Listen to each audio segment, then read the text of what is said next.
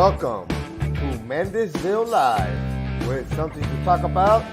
Here is Rudy Mendez.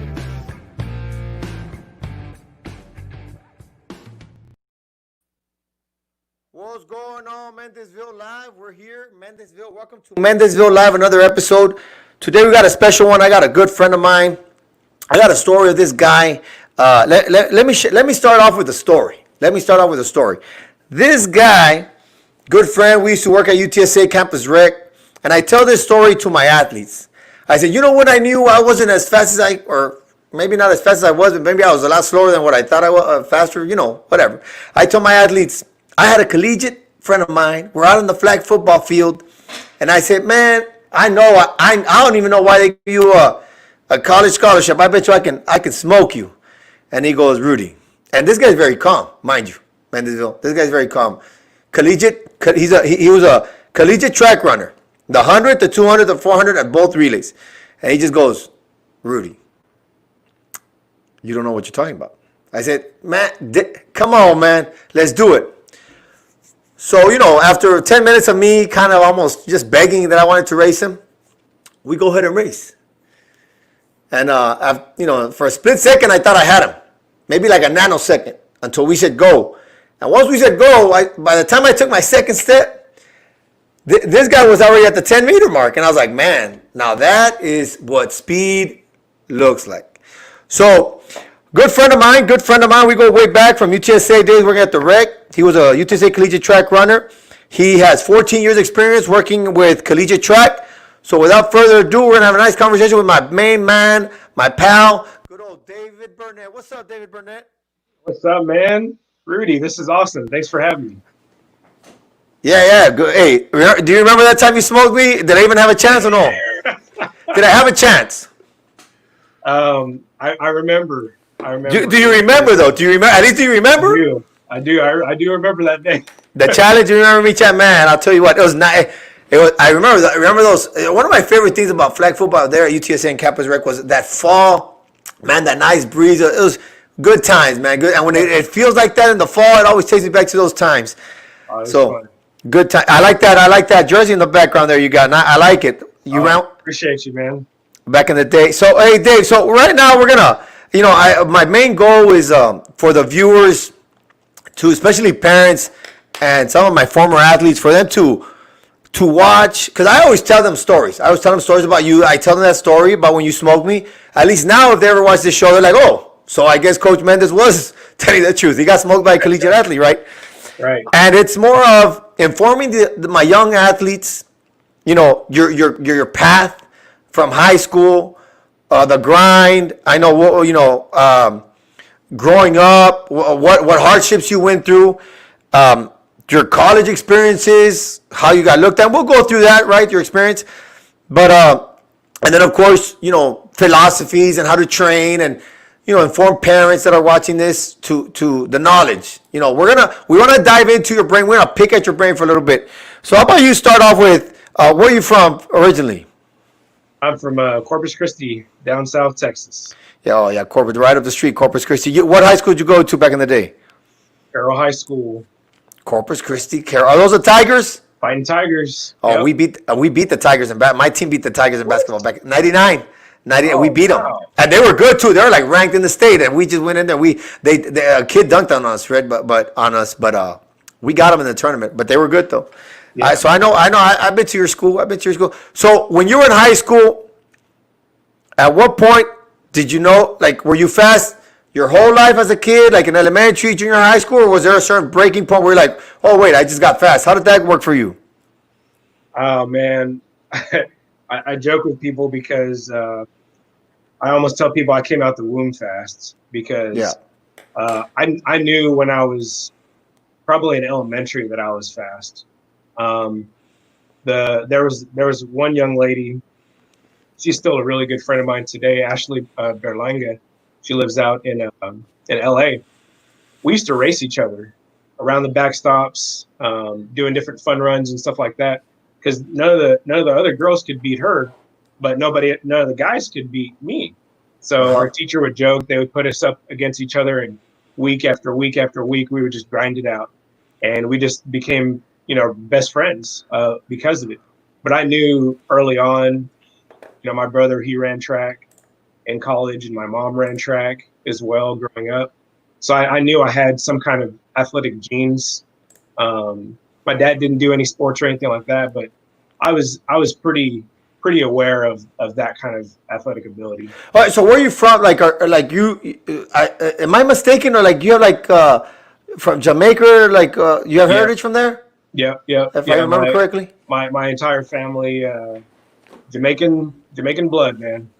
It's funny though, because one of the books that I was reading, and I highly recommend it to. I don't know if you've read it, but the Sports Gene, or the Okay. yeah, it talks about how Jamaican history, and of course, the slavery part of the history, and how there was a revolt, and it's pretty cool the way the mountains and the revolution happened, and it's pretty interesting the way they explain how genetics, how you're talking about your mom, and see, that's a big thing, and that's a big thing I try to tell some of these parents is, or most parents, and most of my athletic my coaching circle is, at some point genetics has a lot to do with it. And you get that threshold and those fast twitch fibers, and we'll go into that a little bit more. But so you ran track, you knew you were fast in elementary. I'm assuming you smoked it in junior high track, right? So what was it for you in high school? At what point? Let's stop right. What do my high school kids need to know? For example, you're a college coach right now. In the 100, what time do they need to be looked at by a D1 program? Well, that's a simple but complex question. It's simple in the fact that if you're fast, you're going to get looks. You're going to get numerous looks. Mm-hmm. It's complex in that it depends on what kind of D1 you want to get recruited by. Uh-huh. If you're talking about, for instance, Texas A&M, a Power 5 school, well, you're going to have to be running, 10-3 just to get looked at. Oh. If you're talking about UTRBG, you can run 10-7 and you can get scholarship. Now, those are rough numbers. I don't work there, so I don't know. Right. But I would just say, taking a look at what the student athletes on the roster, what they're running, gives you a pretty good indication on what you need to run. So you can go to a website. It's called TFRRS. And that website has everybody that's anybody from NAIA schools to NCAA schools. And we're talking Division I here right now, but you can look up their roster and see what those student athletes are running. And it'll give you an idea of where you kind of fall on that depth chart. Nice. I like that. For me, in recruiting at North Texas, I kind of started looking at that 10-6 and under range because I know that's where that's just to walk on. 10-5, you'll start getting some partial scholarship from us because it's not just about the time, but it's also about what else you can do. Can you do jumps? Can you do a good 200? Can you do hurdles?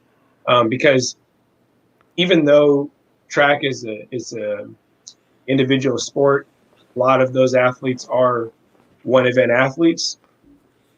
We want to have a sprinter that can do 100, 200, and 4x1 or 4x4, not just 100-meter runner, because we don't have a certain amount of scholarships to work. Right. Cool. I like that. We'll revisit that, but let's keep going with the timeline. So then, in high school, at what point are you running varsity track? Let's see. Freshman year out the gate, I was on varsity. It was a dogfight. I mean, Carroll has produced some very, very good sprinters that have gone on to do some really great things. So it was a dogfight to get on there, but once I was on there, I tried to establish myself wherever I could, whether it was on relays or just in individual events. What kind of work? I guess we can say you're naturally talented. Your genetics feed that. But when you were in high school, what kind of grind would you go through, or what was your schedule like? Did you play football, basketball, or were you just track? No, I did basketball and track, and I played club soccer too. So it was. Wait, time out. You never told me you played club soccer. See, I probably would have been able to take you in soccer. Come on, man. Come on, Rudy. Come on, Rudy. Woo! No way. All right. So you played. You did play basketball. Mhm. And you played. Wow, that's not bad. Yeah. Did you get any looks there? Yeah, I actually had a chance to walk on at UTSA also to play basketball. But the way the scholarships work, you can't walk on to basketball and then get a track scholarship. Oh, okay. Because basketball comes before track, and basketball is a head count sport where track is, equivalency based. Oh, I see.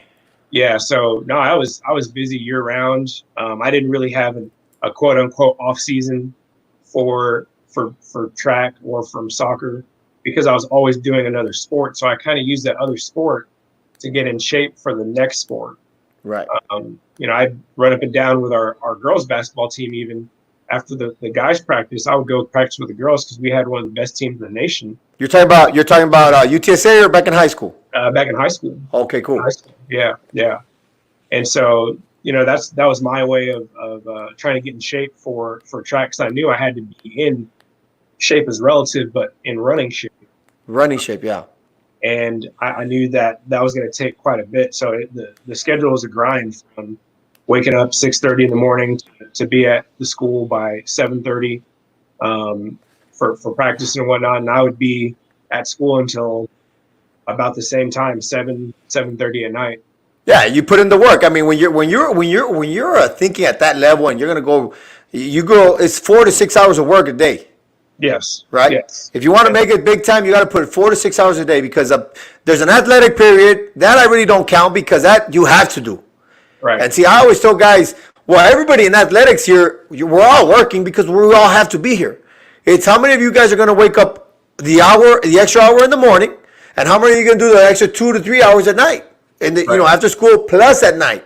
You go to work after school, go eat, go do your homework, and then put in the last hour before you go to bed.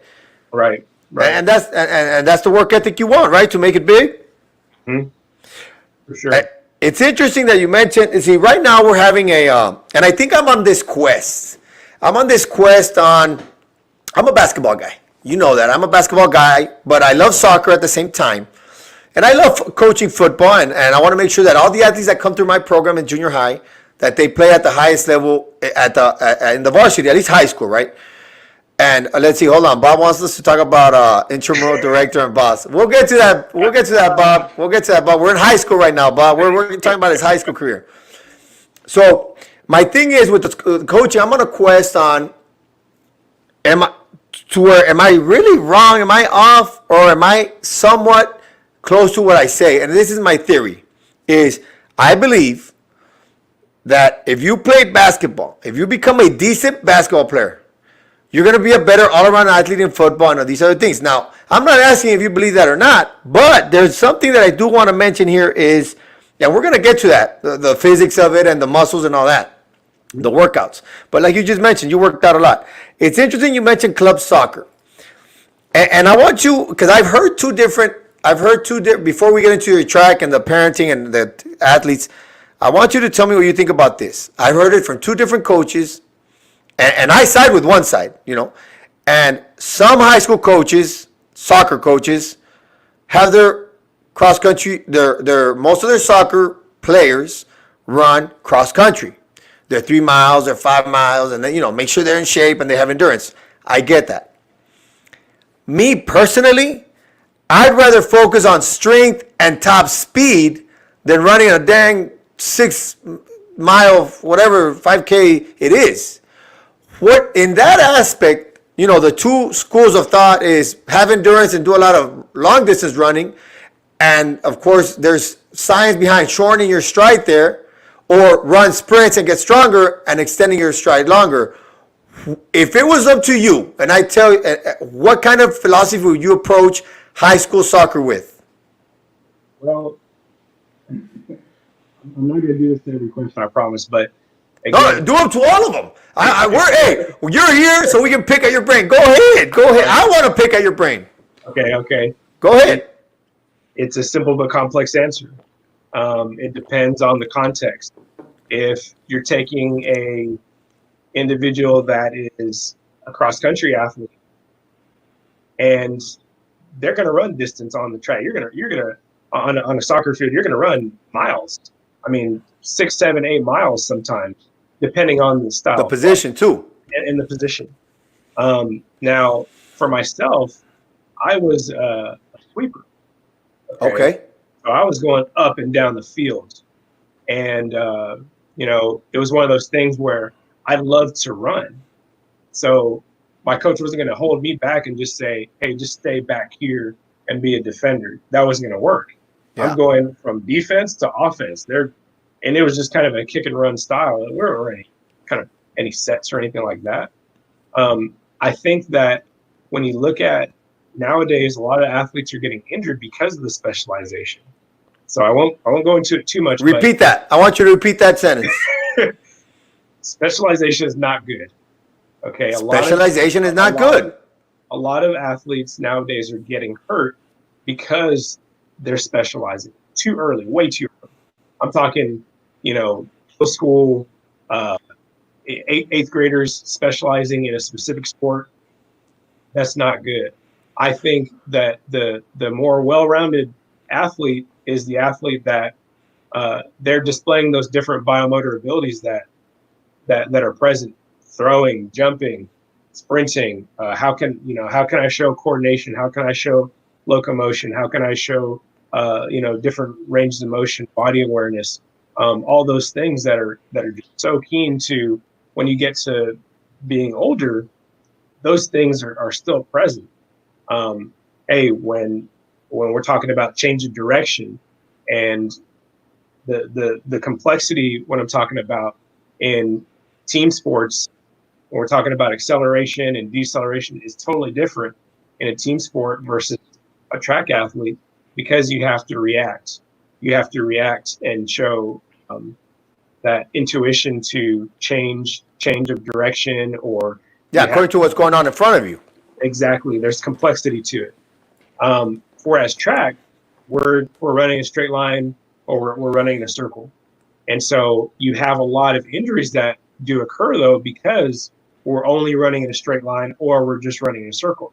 You have a lot of overuse injuries on that inside, that left hamstring, for instance, where the right one, it's not getting worked as much, or you have kids that don't run with proper technique. And so now a further asymmetry is developed.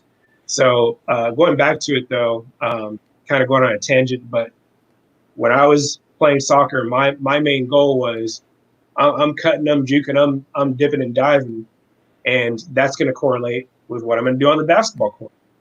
Not necessarily on the track, but I knew that I was going to be doing those things in basketball. So early in the fall, when I'm playing soccer, I'm also a basketball athlete in mind. Yeah. And then when I go on the basketball court, I'm thinking I'm getting ready for track. Yeah. So speed. All those things were going. Yeah, speed it kills. It's prevalent in every sport. It's the baseline. That's why track and field is the most participated sport, because it's the baseline for every movement out there. All right, Dave, did you jump while you were in high school? I tried. I did high jump like once or twice. I was like a 6'4", 6'5" kind of guy, but it was just something I played with. It wasn't something that I did a whole lot. I wish I tried long jump, because I think I could have been a decent long jumper for at the district or regional level. Right. But mostly just sprints. Yeah. Cool, man. That's one of the philosophies that I say. To me, I mean, I know my goal. I'm 5'8". My wife's like 5'2", I think, 5'1". I have no aspirations for my son to play basketball. Now, I will put him in basketball, in basketball leagues, tournaments, and soccer mainly. And I'll let him play some flag football, even junior high football. But my main goal with him is, there's going to come a time where sophomore, junior year is like, hey, now we got to go year-round soccer, But and the reason I say that is it comes down to speed. And plyometrics and basketball, it still helps. But we'll go into that once we start more into your experiences with the collegiate athletes and your kind of trainings there. So now let's go into so we know you're fast. Yeah, and you're doing all these. You're a multi-sport athlete. It's funny because a lot of the trend I see when I speak to most collegiate athletes are multi-sport athletes. And that's what I'm trying to get parents and coaches to understand. The top dogs are multi-sport. Why? And like you just said, okay, you just let's comment on that. Is you made a sentence. It's not good to specialize.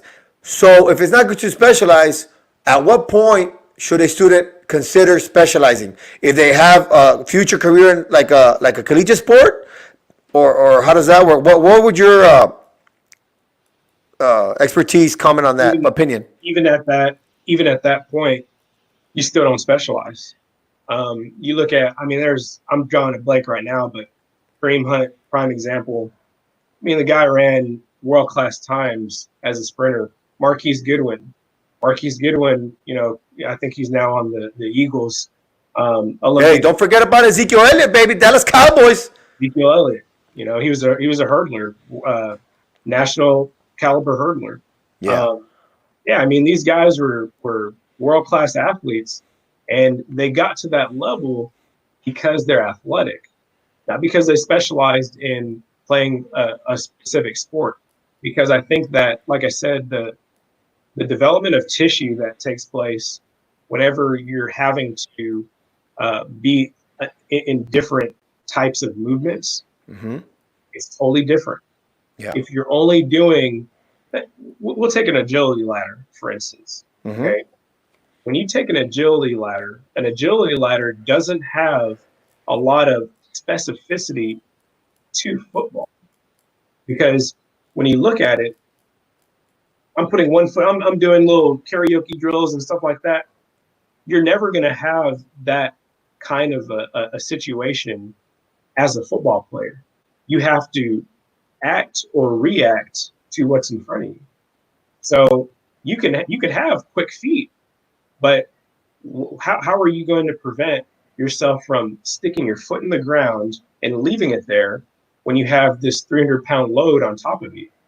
You have to react to what's happening and give way to your limbs. That way, tear an ACL or break a leg. Right. Right. So doing things where maybe there's a player that's mirroring you as you're doing the quick foot ladder. Oh yeah. I like that. Gives a little bit more To react. specificity to it. Mm-hmm. I like that. To react to it.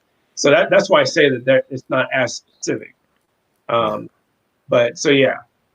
Cool. So okay. So then I know Willie Saunders has shared his story with me, and I'm gonna bring him on the show later. He's gonna be another one of my guests, and he shared with me how one time he ran into the Texas guy, and he kind of told him, "How come you didn't recruit me? I wanted to go to Texas." And you know how Willie is; he's even more outgoing than out there than I am. What was your collegiate recruitment like? Well, I was blessed because I had an older brother who he had already gone through it. He was a very highly recruited football athlete. He got recruited by Penn State, Texas, Nebraska. To play football. Yeah, some really good programs. And he had blown out his elbow. So he wasn't going to be able to hold the football the same. And that the recruitment kind of went out the window. So it threw in my head, I better stay healthy. Because if I get an injury, these guys might pull out, because it's a business. Right. Yeah, they want you, but if there's an injury that takes place, next man up. Yeah. So a lot of the schools that were recruiting me saw the fact that, man, this guy plays basketball, does all these different things.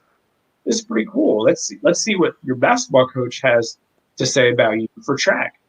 So not always was it just about that specific sport that I was being recruited for, because what they're trying to do is get a good picture of your academics, your personal life, your character, exactly. What kind of abilities might you have for the future? What kind of potential do you have? How are you as a leader? They're trying to see all those things. So I was getting all people, counselors telling me, hey, David, so and so called me to talk to me about this and that, and I'm like, wow, they were really checking up. Coaches would just show up unannounced to different sporting events, whether it's basketball or track mostly. So it was really cool to have options. Not a Yeah. lot of kids have those options. So it was kind of overwhelming to look up and see, you know, in the mail, a letter or something would come, and you get all excited. You're like, whoa, this is really cool. And for me, you know, I really wanted to go to University of Oklahoma. That was my deal. Oh, you? OU, yeah. Nice, nice. My brother had a contact there, and he said, "Hey, man, you should check it out. You know, it's a step up, but you should take a look at it." And I had to get my grades right to do that.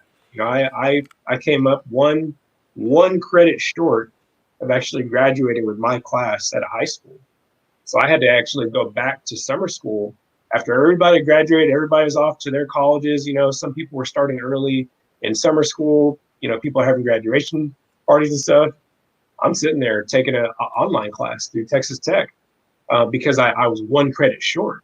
And I didn't even know until my counselor told me, "Hey, David, you're a credit short here. You have to take this class." Man. So that kind of blew some of the opportunities that I had.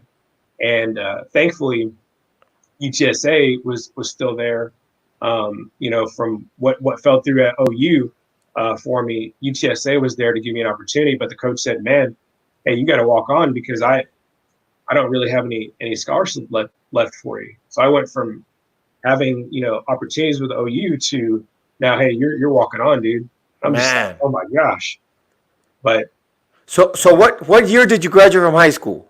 02. Oh, two. So that's okay, okay. No wonder you beat me, man. I had already been in college 2, 3 years. I was a little bit overweight. Yeah, right. You would have got me my freshman year. I might have had a chance. All right, Dave. So let me ask you this. So because the last podcast I had with an athlete, a collegiate athlete here, two of them actually that I had on, we touched base on academics. And right now you're talking to me about you missed a credit. Aside from you missing a credit that, you know, you fell through the cracks or whatever it might have been, how because you were getting looked at, I'm assuming your grades were pretty good, so those universities could say, hey, you know what, let's take a chance on David Burnett.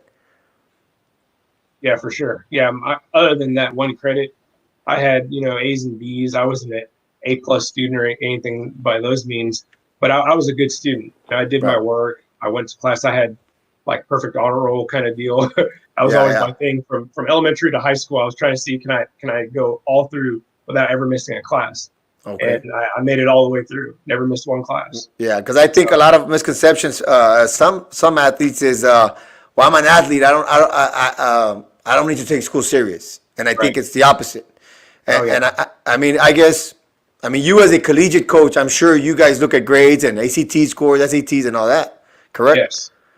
Yeah. It's again, I touched on that business side of sport, and the student comes before the athlete, and we want individuals that are students first. You know, we pride ourselves by you know, being teachers, and so by what we're doing on the track, we have to have people that come ready to learn, because there's a lot of things that go into trying to be a high level world class sprinter, but you can't have all this baggage of, you know, your personal life because you're out partying, you're out doing all this stuff. We're bringing people in to be students first and earn their degree. And I've told people this all the time, and I'll continue to say it. I am much more satisfied as a coach when my students graduate than I am if they win a championship or if they did this spectacular personal best or something like that. Because at the end of the day, they're not going to, some people, I hope they do, remember their times. Mm-hmm. They'll remember their time that they spent, the whole experience that they spent as a student athlete. And they'll remember the fact that they can look on their wall and say, hey, I've got my degree, my certificate, and this is what I learned. Not just the fact that, oh, they have that certificate, but this is what I learned. Because, I mean, you and me both know it's not just what you know, but it's who you know, it's how you know it. Yeah, absolutely. The experience. Yeah. It's for example, for some of the audience out there, let me tell you what I go through with David, my good pal Burnett, is so when I'm either coaching, you know, and I'm coaching junior high, but I pride myself in saying I'm going to send the best crop from the feeder schools. I'm going to send the best crop from feeder schools to the high school. My athletes are going to be the best ones as freshmen. I pride myself on, I'm not saying it happens, but I'm saying I'm going to guarantee you to the coaches that if you're going to look for some of the best athletes, they're coming from where I coach, right? So at the same time is what you're saying is the experience and knowing the coaches is, for example, when I have a question that I can't find for myself on YouTube or I start reading articles, my main man that I call is David Burnett. Another thing, for example, right now I have a kid who's a freshman, former athlete of mine. I have a freshman, and I said, David, hey, David. I said, look, man, I got this kid. He's a freshman. He's pretty fast. He's running, what I say, like a 52, right? I said he clocked in at a 52 in the 400. Is that good enough? And in my mind, I'm thinking, oh, man, this kid, oh, yeah, Dave's going to say, let me look at him. And then Dave goes, no. That 52 ain't, that's not good. So Dave, can you give us a run through just for my athletes that are watching? So I call you, I text you, I got a kid with a 52. Is that good enough? And what was your response? I said, no, 52, if you're starting out and you've never run before, cool. But if you're trying to get a scholarship, college, no, sir.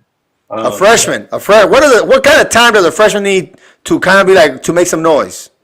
I think if you're getting closer to 50, 50. Because as a senior, we're talking about 47, 46 even to really get something that's going to support your family, right? And you as you're going through college.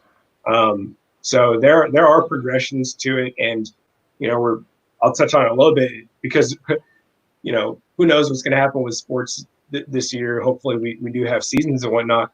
But as a coach recruiting, I'm not looking at what you did as a junior if you're a senior this year because you didn't have a season last year. Right. I'm looking at what you did as a sophomore. So that's we have a good to have point. progressions. Yeah. So we have progressions for that. And I go as deep as about the top 30 in the state. And I'll look back at the past 5 years. I made a spreadsheet on Excel. And, it's like there's probably, 1,200 kids on there for all the events that I coach. And so I'll go back 5 years and I'll just look and see, is your name popping up on this list? Because then it tells me it's not just about the time, because times are almost irrelevant right now. Mm-hmm. What I want to see is competitiveness. Okay, did you finish in the top, 10 in the state or the top 5 or where were you at from your freshman year all the way through your senior year? And is there a progression in your time? Are you going from 52 down to 40, 48 in 1 year or in 2 years or 3 years? How I see that. So you see how fast they got over the course of how fast. Yeah, I got you. The curve there. Now I see that. And see, that's something as a coach I had never taken into consideration, but that's good to know. You check your freshman, sophomore, junior. Cool, man. So let's get to UTSA, man. So you jump on UTSA, you get there as a freshman. Man, what kind of experience was that like for you once you got to college and running, the trainings, the grind, the morning sessions, afternoon sessions, classes, all that mumbo jumbo, hanging out with me and the Charolastas and the Delta Sigs and all that stuff, man. How was that? Talk to us about your experience. I'll tell you what, it's not what most people think it is, okay? As a college athlete, you're like, oh, man, this is going to be great. I'm going to get all this gear. I'm going to run fast. I'm going to run championships. And then the senior walks in and he says, okay, sit down right here. I'm going to tell you how it's going to be. Okay, you're going to come with me. When it's time to go to practice, you're coming with me. If you're not with me, you're in trouble. And so you're just like, man, who is this guy? What? I just got here. What are you talking about? Yeah. And then you start to see after a couple of days, you're like, oh, he's trying to help me. Yeah. Okay. So there were those people. Curtis Johnson is who I'm talking about. He was a senior athlete and is a global. These are guys that kind of took me under a wing because when I walked into practice, I'm thinking, man, I ran pretty fast in high school. I don't need these guys to take me under a wing. Yeah. I'm here to spread my wings. What are you talking about? Yeah. But you have to have those guys that are mentors that you can look up to that are going to show you the ropes, so to speak. And I definitely had that. I had Willie. Willie's like a brother to me. That guy right there. I was probably not even in my apartment, not 2 minutes, and Willie comes upstairs knocking on my door. Hey man, let's go play football out in the parking lot. I go outside and there's 5, 6 of my teammates hanging out in the parking lot, Nice. So it was definitely a family atmosphere. That was nothing that some teams, the coaches try to create that and it doesn't work. Our team, I think we were successful later on because the athletes created that.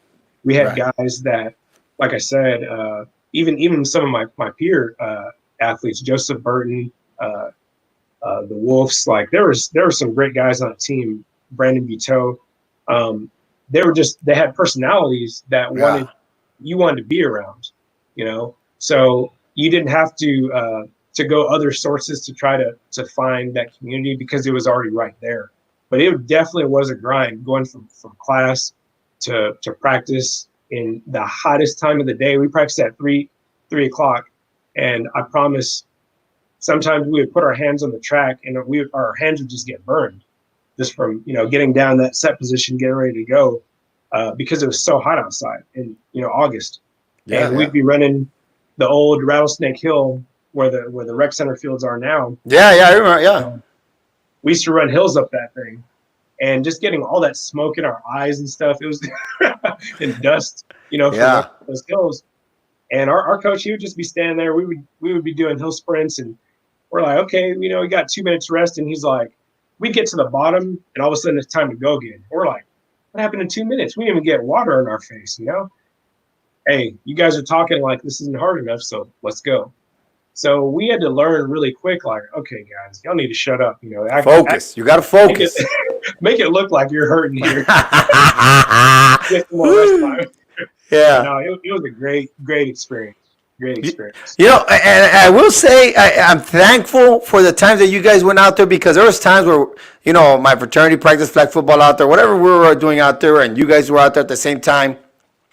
And it's funny because I would watch the track team work out, their warm-ups and stuff.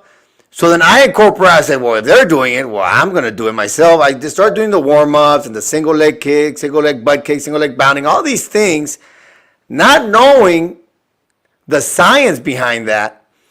Fast forward, 20 years or 15 years now that I'm a coach, and now that I studied it more, because see, my degree wasn't in kinesiology, and I want to touch that with you here in a bit, but now that I've researched it and now that I'm in the mix, I was doing things right without knowing what I was doing.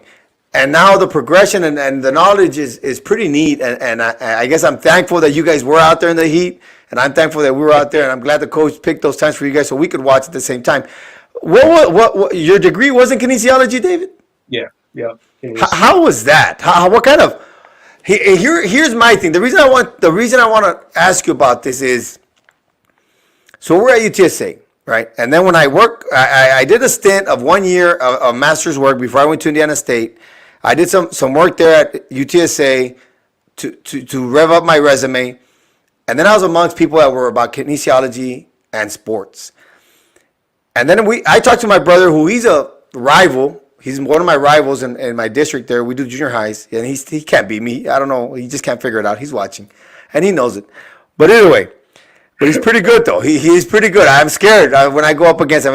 I know he's not no joke. But the point where I'm really going with this is, what kind of atmosphere is it when you've got you got basketball players, you got track guys, you got, what else, volleyball girls, softball, baseball players. They're all doing kines, and I'm assuming most of the guys, at least half of them, know, hey, you know what, I need this because this is going to be my profession. What kind of mindset and what kind of atmosphere, culture is that in those kines classes? It's funny that you mentioned that, because it was almost like a super major for me. It felt like, wow, this is what college is like. Like, we're here for our education, of course, but we're here for sports. Don't get it twisted. We're here to be the best that we can be. And almost all of my classes, I had several student athletes in that played for UTSA. But not just that, but you had people like BJ Jones, who... Oh, yeah, man. Just a phenomenal guy, who was very athletic. Even though he didn't play varsity sports, he was a very athletic guy. Man, So I saw him play basketball once. I was like, what's BJ doing playing basketball? And then I saw him. I was like, oh, snap. He's pretty darn good. yes. So there were people that just because they didn't play collegiate sports didn't mean that they weren't somebody in their high school. Hey, thanks for the You know, compliment, Dave. a I lot got like you. our Rudy Mendez, for instance. But yeah, man. No, it was really cool because you just felt like I said, I just call it a super major. Yeah. Because you just felt like you're around, like you're on this resort. You're around all these people that had this way of thinking of like, man, I want to learn the body inside and out. Yeah. So that way I can then apply it to whatever I'm going to do, whether it's be a PE teacher and coach, or be, somebody that's going to the Major League Baseball, or somebody that's going to play basketball. So there's a certain level of that kinesiology culture. You're like, hey, we're taking this serious because most of our athletes, we're gonna end up being PE coaches, college coaches, professional coaches. So and see that's the thing I tell people is like, it's got to be so cool being a kinesiology major, hanging out with a bunch of college athletes, and you're in the conversations of. Like you take it serious because you want to know and you're sharing ideas and points of views because you want to be at the top of your game when you graduate. Right. Because when we talk about, I talked about it, touched on it earlier of it's what you know and how you know it. How can you apply it? That kind of differentiates yourself in that job interview or, at the school that you might be coaching at. You might have a situation where I'm doing the same drills, workouts, have the same philosophy as maybe the TCU coach, just for example. Right. But if I'm applying it differently in a way that my athletes, they really understand the what and the why and the how, and okay, they're able to be an extension of me. Now I become more of a consultant. I become more of a manager than I do be a coach. And that's when your team is really, really good. Where you're more so consulting them on the what they need to do and how they need to do it because they know what they need to do. They know their mistakes. They're so aware of their body that they know those things. But when we're out there trying to coach them and, we're spending hours trying to have them learn all these complex topics, they're not going to remember half the things we said because their attention span's so short. Right. So if I go back to high school, from all the things that I learned in college, oh my goodness, I just think, wow, I could have been even better in high school because now I know, okay, the symmetries and the gaits that I needed to have when I was running, I would have cooled up better, cooled down better, warmed up better. I would have eaten better. I would have done all those things. But those are things I learned. And that's one thing and that's why I'm on this quest of having guests like you and collegiate athletes and high school athletes. So what I'm trying to figure out is what are we missing that, for example, in your situation, why did you not have that in high school? Well, I think it was a numbers thing. Carroll High School, we had a lot of really, really good athletes, like I said. Some of those got lost to other sports. If everybody came out for the track team, we would have been really, really good for being in South Texas. When you get to that state level, we would have been a pretty good team. Right. But I think that some of the coaches, they might have been more focused on those other sports and not seeing how track could help their football players, their basketball, their baseball, whatever other sport it was. Right. You look at Duncanville, Cedar Hill. I live up in the Dallas area now, and these schools up here, I mean, they're like junior colleges. The way that they run these teams, and just by looking at their social media, knowing some of the people that are here, I'm like, that's what I was missing from football or from cross country all the way through track. Those coaches are on the same page. It's like, hey, you're borrowing this athlete. We're all on the same team though. Right. At the end, we all get credit, Yeah. And so I think that was missing a little bit. I didn't have so much the mentorship in high school. It was more so my brother telling me things because, like I said, he had gone through it. or other friends that I had that had gone through. I didn't have people saying, "Hey, man, you gotta do this, this, and this." It wasn't until my junior senior year when I came across our athletic trainer Saul Luna, who's now at Texas A&M. I still stay in touch with him to this day because Nice. the things that he taught me were priceless. About, like I said, proper cool downs, proper warm ups, all that stuff, and that was what helped keep me healthy. Now, seeing the return on investment that he was making with me to take time to stretch me out, or tell me to come in for ice bath or whatever, I'd see the results the next day at practice. So I was like, oh, this must be working. Yeah. So it was just the knowledge. Yeah, knowledge base. So see, and see, that's why I try to say, like I say, when I can't find an answer, I text you or whatever other sources I might have, and I communicate with that because I want to make sure that we're giving those, even though it's just junior high, but I want to make sure that, and what's funny that you mentioned that is the why and the what. I kind of feel bad sometimes for my athletes in the sense that, I mean, I'm spitting all this scientific jargon at them, and the body and the progression and all these things, and some of them are just looking at me like, what is Coach Mendez talking about? But if I keep doing it in 6th grade, 7th grade, and 8th grade, like I said, I'm hoping that by the time they're freshmen, they understand the grind and how important it is to take care of their bodies. And and I'm glad you touched base on that. So Dave, how was it? I mean, I guess you're the track guy. So what were some of your best races, or how does it feel? Like, what were the challenges in the 100, 200, 100? Like, what success or pitfalls that you had in those races? That's a great question. I think when you try to sprint fast, you're going to run slow. Sprinting is a hellacious, ballistic movement. There's nothing else like the first step coming out of the starting blocks. Nothing else can be replicated by the forces that are being produced and that one step. And then when you're sprinting, you're producing 5 times your body weight going down a track. Nothing else is going to replicate that. So the times that I tried to sprint fast, I felt myself either injured or, oh, you know what? I saw Daryl Williamson. He was kind of a guy when I was coming up, multiple time Olympian, gold medalist. He had a particular running style. And I was like, I kind of like the way he runs. I started to run like him. Mm-hmm. My body's not built like him, though. He's 6'2", 6'3". I'm not 6'2", 6'3". And so now the anthropometrics of my body are thrown off because I'm trying to run outside of my gates.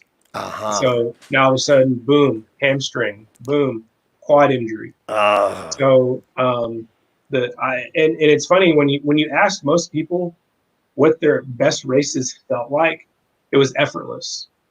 They couldn't tell you like, oh man, this, and this. It was just effortless. I remember to this day the time when I PR'd in the 100. I raced a guy who is a multiple-time Olympian for Jamaica. For me, having Jamaican heritage, it was a big deal to be in the lane right next to Michael Blackwood because this guy was like one of the faces of the 400 for Jamaica.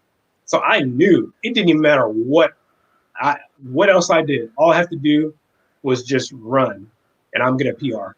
It didn't even matter. I just knew because this guy was in the race with me.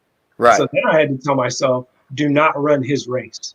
If I try to run his race and he takes off and blasts out the first 100 and then I try to go with him, I'm done. Yeah. So I told myself, run your race. You got to have that composure. Yes, composure, be patient. That's something I tell sprinters all the time is patience, because there are phases to each sprint race. They just get longer as the race goes, from 100 up to 200 to 400. Okay. And so I told myself in my head, just be patient. If I can stay in front of him through 300, I've PR'd. It's there. Yeah. I did that at University of Texas back in 2005, and sure enough, I look up at the scoreboard, personal best. And so I remember that day vividly because all I did is execute my race plan. My coach, he had trained me the best he could. He did the things that he needed to do. Now that was on me to execute. Yeah. So, yeah. Man, that must have been a great feeling. So, wait a minute, time out. So, did you beat him or did he beat you by a little bit? How did that go? Oh, no. I mean, he destroyed me. The guy ran, it was like 45 something. and I ran 47.6 that race. But it was your personal best, and that's great. Yeah, personal. It was a personal best for me. And like I said, the context to that is his 45 was slower than what his personal best is. His personal best is 44 something. So he ran slow, but he came up to me because he saw I had like a little Jamaican necklace on. He came up to me after the race and he said, "Hey, you're Jamaican. That's cool, man. Keep it up. Keep up the hard work." And I was just enamored, like, wow, I just raced this guy. And I and he came up to me. That's pretty cool, man. Oh, this is great. So yeah, it's just about staying within yourself, not trying to be Superman. And it's so hard these days, Rudy, with social media. When we were in school, social media was just Facebook had just started. People were on Facebook like they are now. And so we didn't have all of this technology at our fingertips. Mm-hmm. And it's hurting a lot of athletes. And I won't go on a tangent on that, but I think it's hurting athletes because they're not really listening to what their coach is telling them, because they're going for the quick fix and what they're seeing on Instagram or Twitter or whatever. I saw this guy doing this drill. I need to do that. Yeah. It's like, well, you don't know what his abilities are. You don't know what his limitations are. Right? It's like you said, you're trying to run like someone else when your body is a totally different way of running. Exactly. Yep. I always touch base on social media. It is affecting our youth in in different sense. I had never thought about it like that, where you're my coach, but I have like 10 other coaches I listen to on YouTube or Instagram. Right. And it's like, well, wait a minute. The coach that sees you every single day, for example, you or myself, it's like, well, I see you every day. I see your progression. I see what you're missing. The only guy you should be listening to is me or you, right? I mean, I get it where you YouTube and you do maybe different little workouts or whatever it might be in the off season. But the guy that sees you every day is your coach. Right. I had never thought about it like that. Man, that's something to ponder on, and I got to make sure I send that message to my athletes at the same time to make sure that have that understanding. So, man, so you graduate college, you run track, you have some great, that experience, and I'm sure you had many more. I mean, any other one that you might, man, I got to share this one with the public or anything like that? Well, I think two really quick ones stand out. It was a good experience and a bad experience. The good experience was winning an individual championship in the 400 indoors. And, nice. For me, it was just a long journey. That year I had struggled with injury. Like I said, I had a hip injury that was affected by having a tight hamstrings. And so the journey that I had to go on to get there, and knowing all the hard work that my coaches put in with me, my athletic trainers, it was the village that it took to raise me up. It wasn't just me going out there running fast. I had a support system. And so just going on that journey and now telling my athletes that, it's like, wow, I can trust that. I can, have some context to that because I walked through that. The other one was coming up short. We are being on a relay team that missed nationals by one spot, literally one spot. And, we're going up against Baylor, TCU, A&M, some big name schools out there. Yeah, those big guns out there. We just said, all we could do is we can't worry about their abilities. We have to just worry about what we can do and how our coaches prepared us and go out there and run. Every single one of us ran the best that we could run that day. And we just came up a little bit short. And I remember because I vividly remember that, man, this is my last race. And knowing that you did the best that you could do, there was nothing else that you could, I wish I could. No, it was like I did everything that I could do. I left it all out on the track.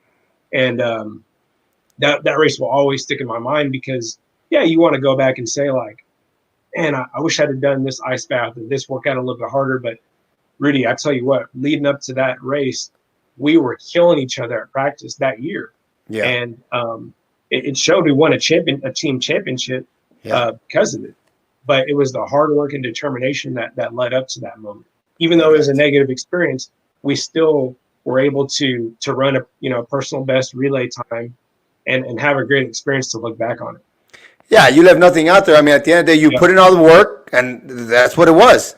Right. You could, like you said, you can't go back and say, man, that's the thing with a lot of these athletes is And for example, myself, not just myself, just I hear it a lot. Is like, man, I wish I would have had that work ethic, or I wish I would have listened to the coach more, and I wish I would have got my 100 jump shots, or I wish I would have done more weights in the weight room.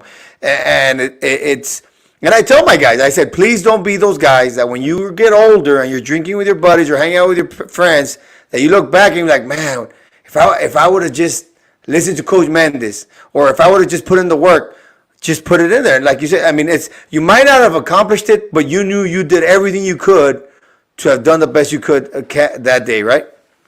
Yeah, and it's that unknown. That's the scary part is, what if I put in, I think that's what a lot of people struggle with is, what if I put in all this work and then don't achieve the goal that I have set forward for myself? But the flip side is, what if you do? What if you do put in all the work that is necessary and you achieve that goal and then plus some?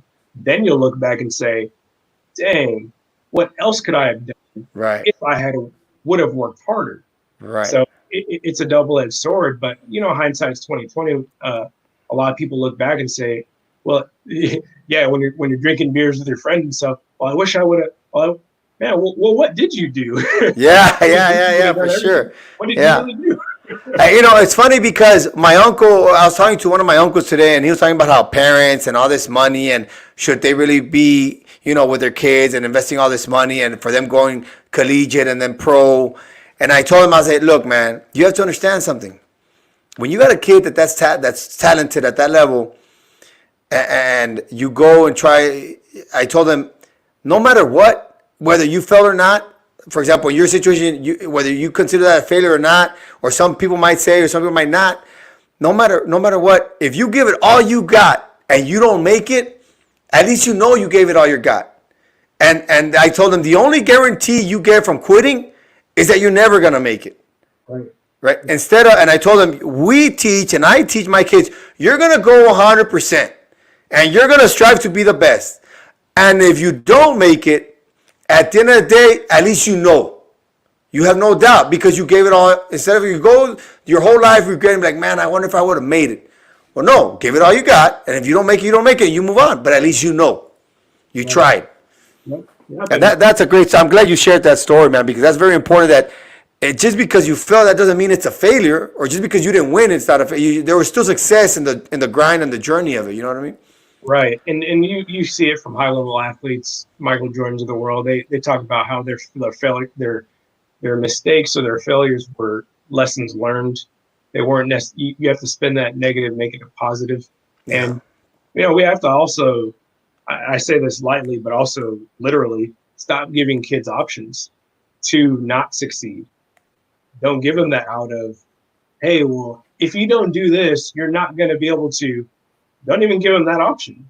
Yeah. You're going to do this, and this is why you're going to succeed. Yeah. And letting them see the positive side of it, because then they're hopefully going to buy into it because they're like, oh, if I do this, Coach Mendez said he's got a friend who's a college coach. Maybe I'll get a scholarship. Yeah. Maybe he'll put me in the direction to get a scholarship. Yeah. And even if it's not you, you can call another coach that you might know, like, hey, you know what? I got a buddy of mine. He's vouching for this kid. You might want to look at him, Exactly. Yep. Which is good. So now let's go into what parents need to know. You're a collegiate coach. Now let me ask you this. Well, we're gonna let's just jump right in it because it's a big question. And it's interesting because it's me and my other coach, the other coach that were there, is how much lifting, how much strength training, lifting weights, how does that program look like at a collegiate level, and how do you recommend at a high school or college while they're running track? That's a great question. So my program is very specific. And what you'll find with a lot of colleges out there is every event coach is, and if they're at a place that gives them that leeway, is writing the program for their specific area that they work with. So ever since I've been coaching, I've had the opportunity to do that. And I've, gone on and sat through, getting different certifications for strength and conditioning and stuff to learn different aspects of that. But it is necessary. Now, when you talk about strength training, most people think, okay, we're going to go squat, 400 pounds. We're going to go deadlift 500 pounds, all that kind of stuff. Not necessarily. Slow down there. Okay, why are you wanting to get in the weight room? Okay, is it to work on mobility? Is it to work on their absolute strength? Is it to work on their coordination, their awareness of their body movements? So there are different and various aspects to weight training. I think it's very important, though, that a high school athlete is going to be highly beneficial for them to do some sort of strength training. Now, it has to be progressed wisely. Again, with fall training, if they're in another sport, they can't be lifting heavy. But if they're in off season and they're not in another sport, then that's the time to, okay, we're gonna take this up notches, not just a notch, but notches, and progress them incrementally. Yeah, that's when we start talking about like progressive overload and stuff like that, correct? Right. Because what we see a lot of overuse injuries already when we get to college. How does that happen? How do you already have the overuse when you just got here? So we had to look back and see, well, what did you do when you were in high school? Okay, well, you're squatting. Oh, we got to go ass to grass. We're squatting heavy. Okay, well, you're squat heavy, and they're out of position. They're on their toes. Their knees are caving valgus, and so it's like, oh yeah, whoa. Now we're having to regress them when they get to college. Yeah. So it's like if we have sound progression and we have good principles that we're standing on from the high school level up, then when they get to college, now they have a higher ceiling versus them getting there and you're just like, well, you're never squatting more than 135 pounds because look what your technique looks like. Right. So, using different movement screenings, and the movement screen that I use is my eyes. There's a lot of different people there's a lot of great stuff out there with Fusionetics is one. You do a test and it spits out exercises, corrective exercise that you can do. Now the implementation of that it's a lot. And that's the tricky part. Same thing with the FMS, the functional movement screening. Those are both two that I've used in the past at North Texas. But what I found is, like I said, that implementation was like, okay, well, we got to do 1,000 reps of, this exercise in order to see a change, versus if I look at how they're moving when they're squatting and I see that they have horrible ankle mobility. Okay, well, let's raise their heels up and have them do an overhead squat, or have them do less weight in that squat, maybe partial squats, and take them from a quarter squat to a half squat to a full squat, and progress them. And maybe over time, the return on investment progressing them slowly will be returned faster than if I know we got to lift and we got to lift heavy in the fall. No, we're just lifting. No, I can't do that because, again, you can't load dysfunction. If you're loading a dysfunction up and down that chain, you have to look and see, well, what else, where else, and why? Why is that knee caving in? Is it because of the hip or the glute? What's going on? And see, I learned that 2 years ago. I went to the NCAA tournament. The Final Four was in San Antonio. At UTSA, there was a collegiate symposium or conference where some of the Final Four coaches were there. A lot of other collegiate coaches were there, or strength and conditioning coaches were there for basketball players. And that's the first time I heard about that. I didn't know that. And I learned a lot about that. It's interesting you say quarter squat, half squat. And I'm a fan of learning, and next week or next week, I'm going to have this kid, Alan Gonzalez. He works with the UTSA strength and conditioning program right now for the football team, right? And, just because he's younger than me, he's a former athlete than me, that doesn't mean I can't learn from him. Exactly. What I want you to touch base on right now is a lot of the old school mentality. Oh, come on, you gotta get your ass to the ground. You're not doing it right. Well, can you walk us through the quarter squat, the half squat, what kind of weight, what kind of your leg, the movements you're looking at, but just go in detail so you can, maybe some of the athletes that will watch this or some of the coaches that are watching this will learn from what we're talking about right now and that specific movement in the squat and the stuff like that. Right, and that goes into, like I said, how specific it gets whenever you get to college is that since I'm writing the program, I know exactly what I'm looking for and how to regress that athlete if it's not exactly what I want it to look like. Right. So if I know that, for instance, with this young man, he's a 10:49 100-meter runner. He can lift the house. The kid is strong as an ox. Absolute strength is not his problem. Mobility is his problem. Uh-huh. So and also that elasticity, how can we express that in a squat? It's not going to take place. So maybe I have him go barefoot. Uh-huh. Well, I know I'm gonna get some more mobility out of it because he has to be more mobile. He doesn't have his shoe to support it. No. Maybe I'm gonna go into a tempo squat and have him work on time under tension. To develop a better body awareness and coordination and core development. Time under tension is huge for core development. So again, it's just another way to regress athletes. We do it a lot in our summer programming. Is we might do like a 3-second descend, 0-second isometric, and then 3 seconds going back up. Uh-huh. And as you incorporate different tempos, you could do 5 seconds, you could do 3 seconds. You only need to do 4 or 5 reps of that. Yeah. Because it's, having 230 pounds on your back, doing that is like having 400 pounds on your back. Right. Because you're under that bar for 10 seconds. Uh-huh. So now when I tell an athlete, hey, you want to run a 10-4 and 100, well, you were just under that bar for 10, 11 seconds. So now it goes back to, oh, well, coach, you talked about having to produce 5 times my body weight. Well, I just did that on this set. Yeah. Now I'm going to do that 3 or 4 more times. Okay, now they can see kind of the correlations. Not always do you see those exact correlations. Right, but it's an example, yeah. Exactly. So when we set up athletes in squatting for track athletes, it's different versus other sports because what you have is long. Usually, when you look at track athletes, their limbs are much longer. Okay, their waists are much higher. Yeah, their arms are longer. So when they do Olympic lifts, you have to put their hands out a little bit wider.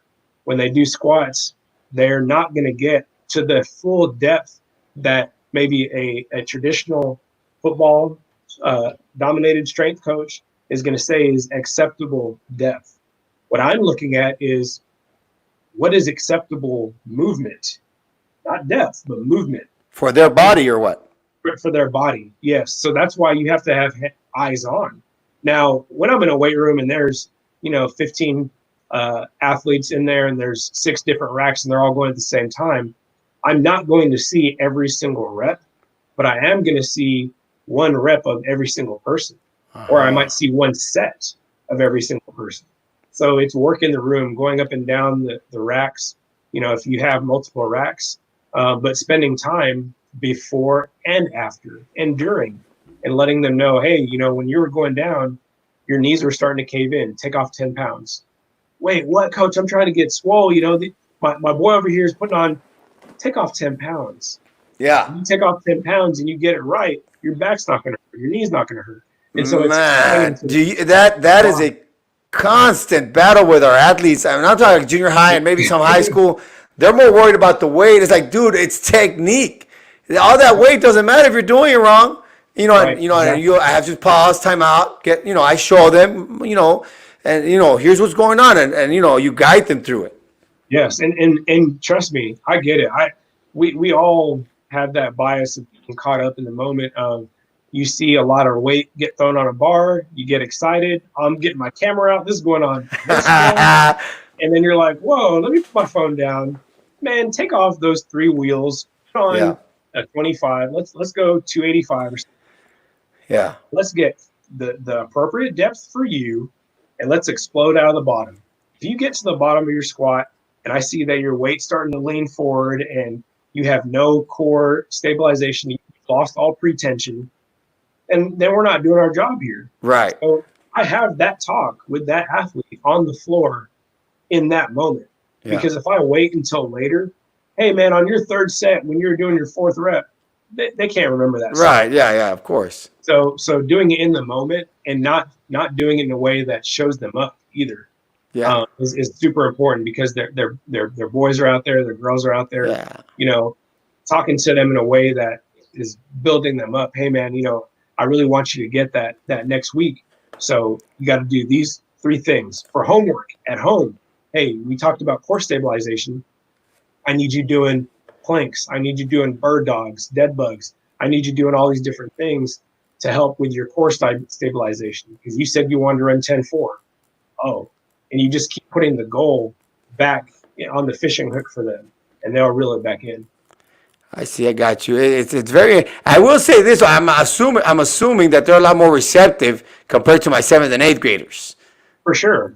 And one thing that I wanted to touch on real quick, Rudy, is that what I've learned too. I've worked with some youth athletes in my time coaching, and the more is definitely less for them. When we I had this big old brain. I've got all this kinesiology background and all this working with NFL athletes, all this stuff, and I'm throwing it at them, and they're looking at you like, what? Yeah. So it's like, okay, I'm going to talk to you about the results. This is the results I want.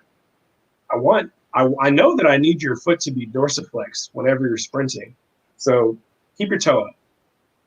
Period. I don't talk to them about, well, you need to dorsiflex and have your foot be. Keep your toe up. Hey, pocket the ear when you're running. Yeah. Just short, quick cues, because number one, they're thinking about Fortnite. They're thinking about Call of Duty. Hey, I'll tell you what though, that Fortnite is a pretty good game. My Xbox went down, man, so I'm trying to re-up here. I got you. But no, their attention span's just not there. Right. So you gotta bring it down 5, 6, 7 clicks, and give them short bursts, and ask them questions. Do you understand what I'm talking about? Right. They cannot tell you yes. Or have them repeat it a little bit.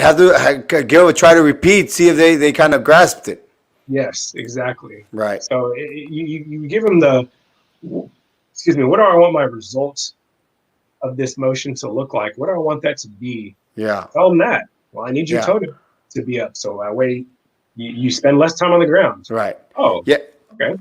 Yeah, and what I think, I mean, in my experience is once I explain that to them, the end result, and explain the running form and the cycle, and this is what it looks like, they're like, okay, maybe I should. And don't get me wrong, I have every 2 to 3 weeks, so often I have to reteach and re-explain. They're young, but it's part of the gig. I love my gig. I mean, I'm fortunate that, I got placed there. I mean, every day it's, people talk about your passion and it's not work for me. It's, man, I get to do this. I get to train the guys correctly as much as I can from all the knowledge I have.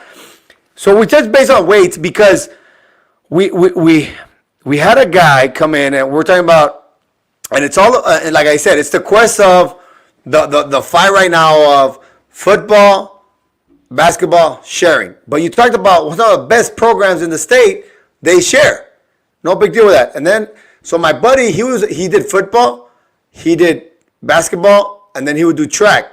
He was a triple jump. He was, I guess, he like MVP or something like that. And then he would do, but he was a football athletic period, and then he would change his schedule for basketball athletic period, and then he would go, once basketball season was over, he would go back to football athletic period to do the weight training and strength and conditioning. So he would strength and condition March, April, May, June, July, August. In your experience, how long? I mean, I don't know. Do you guys? I mean, I'm assuming. As a track athlete, do you ever train to like get really swole, really strong, or is there a certain criteria to where like we want to be strong, but we don't want to get big, or how does that work? Right. So we're mainly concerned with our body composition as it's related to lean muscle mass. Mm-hmm. So, like for instance, if I have a guy that's 160 pounds, he's 5'10", 5'11". That's a good looking sprinter. I want him to be 5% body fat.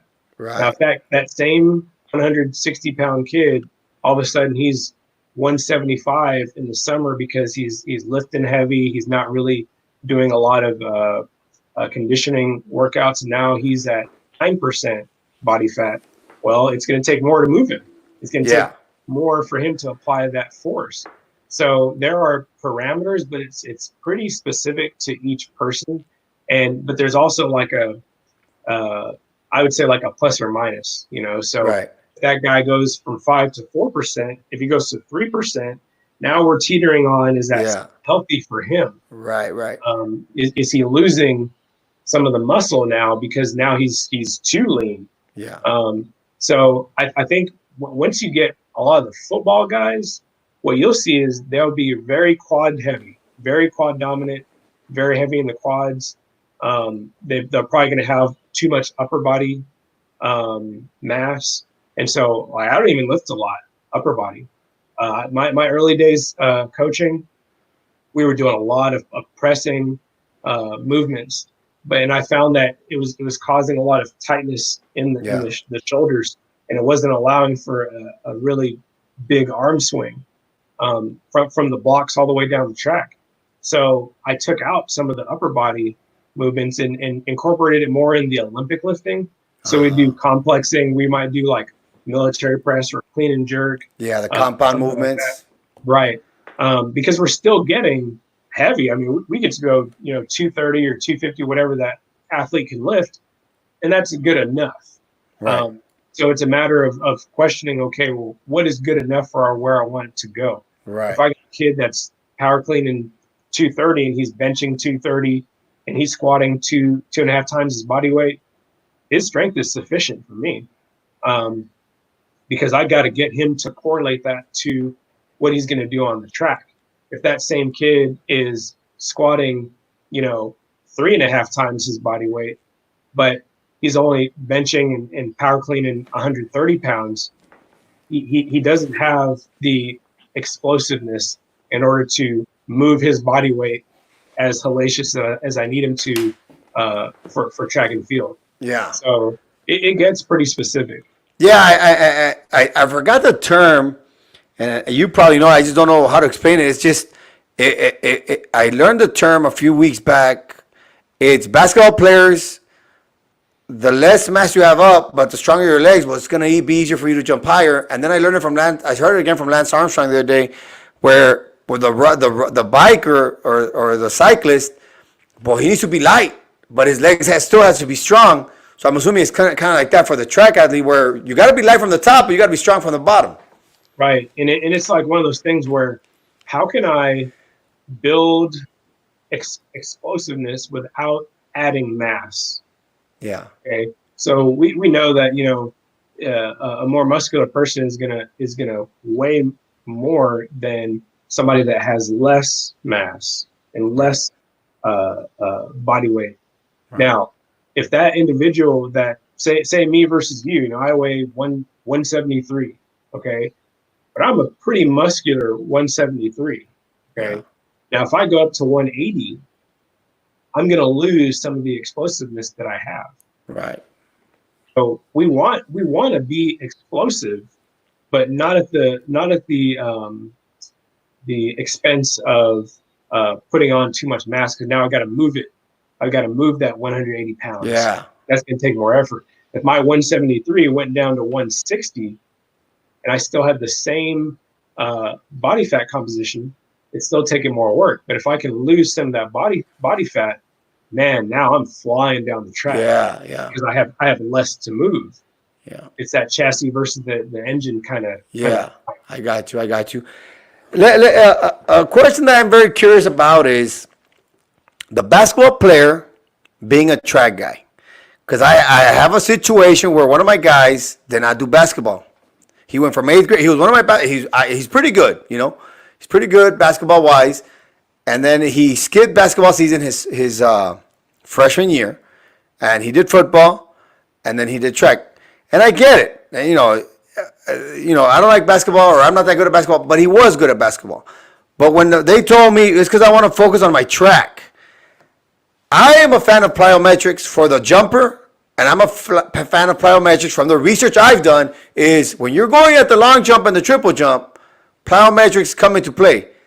Can you explain to me how plyometrics play a part in your jumpers, in the long and the triple, and does basketball and track in those jumping, do they correlate similarly or not? Or am I way off? No, huge correlation. I actually, on Monday, I was on a Zoom call with various coaches in track and field talking about the same thing. We're talking about cross training for track and field athletes, and that was kind of the point that I brought up earlier was how can we get a high jumper to look like a high jumper without a high jump mat, without access to a track because everything's shut down. We'll go to a basketball court. You know, they can run on the 3-point line, do their circle drills. They can go to a soccer field, run the circle for the soccer field. Now they're not jumping over a bar, but they're still getting the same technique. They can go up to a basketball goal and dunk the basketball. They're still getting that reactiveness. But to answer your question, it correlates huge. You know, the amount of force that you're putting into the ground when you're doing, let's say just squat jumps, for instance, and maybe what you're doing in a triple jump takeoff when they first, hit their first phase. It's very similar. Okay. Yeah. Those individuals have to be very elastic, and those capabilities are showing themselves whenever we're doing plyometric. We're producing a lot of power when we're doing those depth jumps, box jumps, or a depth jump where you're jumping off of something high, jumping onto something low. That can be progressed. Yeah, we do that. I do that at the junior high level. That's very good. That is very good. Because it's not just about producing the force, but it's also absorbing the force. How are you absorbing? Because the time that you're spending on the ground, the less time on the ground, sprinting is producing a lot of force in a low amount of time. So if we can reduce air time, can get on the ground and off the ground quickly, you're going to be a fast person. All right, Dave. Oh, man, my knees pop. All right, Dave. Let me ask you. We're on the subject of plyometrics, and I'm going to give a lot of my secrets away for my training, and it's good because this is this is. It's not that it's a secret. I want to know what you think of this, and from the research that I've read in these books, is two things. One is I was reading up the other day is how the calf muscle does more of the absorption, and the Achilles tendon does more of the I guess the explosion, the reaction of the absorption. That's one. And the other one is the stiffening of the Achilles tendon. What kind of research do you know about that? Because that's something that I'm really big on right there with like the depth jump and the time, quick, the jump rope and the Achilles tendon there. Am I way off or am I on the right track? No, you're on the right track because the stretch shortening cycle, the SSC, it's one of those things where we see it in a non-counterweight jump, counter movement jump, and a counter movement jump. If I were to go down and have my hands on my hips, I'm not going to jump as high versus if I have my hands and I'm able to explode. Now, you will see differences in two different individuals. Some people can produce more force with their hands on their hips versus using their hands. So then you would employ totally different training. You might do specific types of box jumps, depth jumps for that person that needs that. So that's where the specificity comes into play. But one thing that I've seen, Rudy, I don't know the strong correlation to this, but just look at body types. When you can look at a basketball player, they have these big calves. Okay. When you look at a track athlete, I have yet to see a track athlete that just has big calves. Yeah, I like looking at the length of their Achilles tendon from their ankles to where the little calf muscle starts. Yep. When you see that really high, that long leg, and then you see this little calf up here. Yeah. Like, give me that athlete. That's you. That's you. I remember you have a similar body type like that. Yep. Give me that athlete because that thing is on. It's going to make a really long stretch. Yeah. Okay. And so yeah, I don't know any specific research on that, to be honest with you. But we do a lot of I talk a lot with my athletes on just stiffness, ankle stiffness. Having some rigidity when they're sprinting. You want to have like fluidity of movement, but you also want the joints to be mobile. Okay, Right. having ankle mobility, having hip mobility, those types of things. But I think plyometrics is huge nowadays. I mean, without gym access and stuff like that, you can do lunge jumps, you can do box jumps, you can do squat jumps. That there are probably 5 or 6 different plyometric type exercises that I can think of that you can do without having to go to a gym. Yeah. And also for middle school athletes and even into high school, it's going to help them because you're not having to expose them to a lot of load if they don't have sound technique. Because we talked about having good technique. So if I think for my athletes, I mean, we're doing plyometrics pretty much starting in the winter is when we start doing plyometrics all the way through the end of the season. How often do you do them? Because I only do them once a week because of our schedule, and Right. me and the other coach are trying to implement them at least twice, 2 to 3 times a week, depending on what period of the school year. How often do you do that? Yeah, I would say no more than twice a week. The recovery phase and stuff like that. Yeah, and no more than 2 to 3 3 is kind of pushing it. I usually do only two exercises if we're in the weight room, okay? Because we're already doing like sprinting is a plyometric exercise. Yeah. So that is as specific as it gets, so that's one thing to take into consideration. Yeah.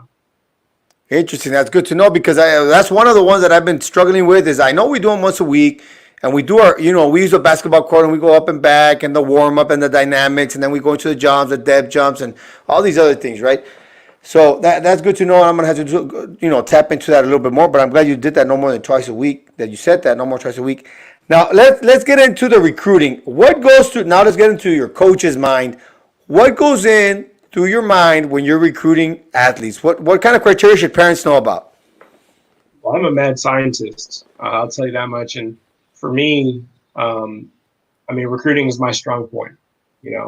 I think that if I go to a house or I have a conversation with a kid and that conversation is only 10 minutes, it's probably not going to work out. That conversation should be an hour, 2 hours, just flowing. We're talking about Fortnite. We're talking about all kinds of stuff, whatever they're into. And that is the key, is getting into what they're into and not what I'm into. Yeah. Because I'm doing all the talking, I don't know them. At the end of the day, I don't know them. So I think that it's really important for parents and for student athletes to let their walls down. It's sometimes kind of hard because you want to impress the coach, or you want to say the right things, but it's really important to just be yourself, and see if you can be yourself with that person. If you can't be yourself with that person, then it's probably not going to be a good fit, because you're going to be there on a daily still thinking that you need to do these over the top things to impress that coach. But it needs to be a situation to where you feel like, man, this is home away from home. I can come into my coach's office and just vent. Talk about school, talk about, relationship problems, whatever. And you feel like they're actually hearing you. So I think having that personal relationship is huge. But also what I look for is that we talked about earlier, character. Character is huge because they don't represent me. They also, represent the school. They represent them, their family, their high school. There's a lot of things that they represent. So it's really important for them to know that it's not me that they represent. It is like 6, 7 others that they represent. And so seeing that big picture. So having character is huge. And then, of course, track is very subjective to times. I'm not going to get it twisted. I mean, it's very subjective. If you run a 10.5 and you've done it 3 or 4 times, here's the key: is what is your average? Okay, I take your top, 5 times and average it and say, okay, well, I'm going to take out that time where you ran at the Border Olympics. I'm going to take out this time where you ran at Texas Relays, and they were both really windy. Right. And I have these other 3 times in there that were legit races. Yeah. Okay, this is who you are. Yeah. This is who you are as a 100 runner. Okay, what's your 200? What's your 400? And so on, like I said, because we don't just want that one event guy, because we only get 12.6 scholarships.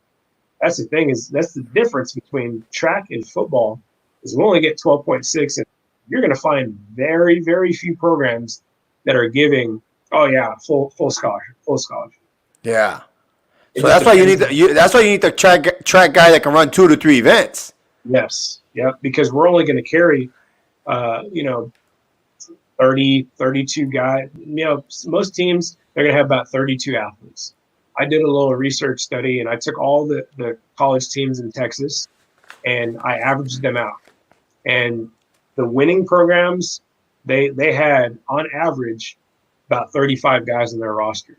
So now you'll have teams that definitely have 80, 90 athletes on their roster, depending men and women, upwards to 120. So Wow, you that's want a to get lot. in. That's kind of a lot, Yeah, huh? yeah, it is. And you want to get in where you can fit in. You don't want to Yeah. go somewhere where you're the seventh best sprinter, but you're never going to be on a relay. You're not even going to travel. But you're on a championship program. Yeah. No, go See, somewhere where you can fit into that program. yeah.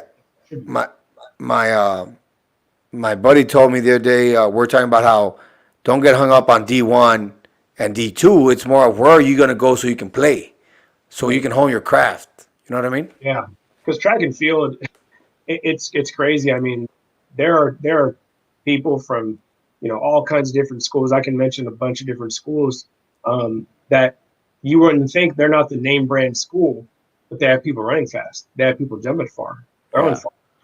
So it depends on what work are you putting in with your coach while you're there, and why did you choose that school in the first place? Well, it better be for the education, because things can happen. Yeah. Look what happened this year, and so Yeah. it's really important to choose the school for your major first. Do your research and look and make sure that they have your major, and see where is getting my degree from, XYZ school. How is that going to help to position me to where I want to go in my career? Well, I want to be a PE teacher and coach. Well, oh man, UTSA, they had a great kinesiology program. That's where you should go, because they We have a did we success. did have a pretty good we did have a good program, huh? Yeah, we had a really good program, and you got to ask around. You ask your high school teachers and coach, hey coach, where'd you go to school, and what did you major in, what did you do? Okay, coach, well this is what I want to do, and this is what I want to major in. And then you look 5 years down the line, 10 years down, and that's another thing that I'll talk about quickly, Rudy, is that Go ahead. Go ahead. I wish that I did that in high school. Was look, okay, where do I see myself in 5 years?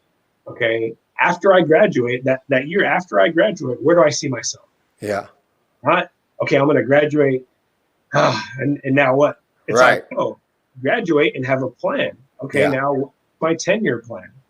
So you see yourself teaching and coaching. Well, at what level are you? Do you have to start at middle school first, and then you get your high school gig, or are you at high school and you're assistant, and now you're trying to work your way up to a head coaching position? And what does it take to get there? So you can do that, and I think it's important to do that in high school, because there has to be some kind of way to set yourself apart, to differentiate yourself Yeah. from the 100 kids that I'm recruiting. If Yeah. you all tell me, "I'll coach, I'm going to the Olympics," and I'm like, well, I don't know. I've coached some pretty good athletes, and they didn't go to the Olympics. Right. They were really, really good. Right. You even know what it takes to go. If you don't know what it takes to go, I'm not saying that you're not going to go, but it's going to be very hard for you to Right. go. Yeah. You have to know those kind of things. But it's the same thing in the business world as well. Well, you say you want to, work for this Fortune 500 company. Why? What does it take to be successful? Yeah. They're just doing some homework, I think, is really important. Yeah. They got to know. They have. I guess high school athletes got to know what they want to do after college. That way, they know which college to pick. Yes, and Right. grades. I was Grades about are to really say, what important. about grades? It's super important. Taking the SAT and the ACT early. I tell people to start taking it your junior year, and take it again. Don't just take it once and say, oh, I'm good. I've got the score that I want. You know, the average for our college team at North Texas was a 3.0. We had a 3.5 this past spring. Was our Nice. cumulative team GPA. So that's really good. And I think, you know, that there are definitely programs that have lower, higher, whatever. But it's really important to search yourself. If that is important to you, then make sure that you ask that question. Hey, coach, how do y'all stress academics? You know, what do Yeah. y'all do for study hall? Y'all have study hall. Y'all have tutors. Yeah. Um, and so for me, you know, I've been in charge of academics at a couple of the different universities that I've worked at, and it's always been the selling point. I think I talk sometimes 80% about academics, 20% about athletics, because we know why I'm sitting in your house or why I'm Right. Yeah. The guy's fast. The girl's fast. We know they're that. fast. Yeah. But now I want to know, okay, well, how can I get you to where you want to go? And Yeah. how can I sell you on that dream of, hey, I can do that. I can take you there. I can help to get you that kind of education. You have to talk about the academics and see, okay, if you're a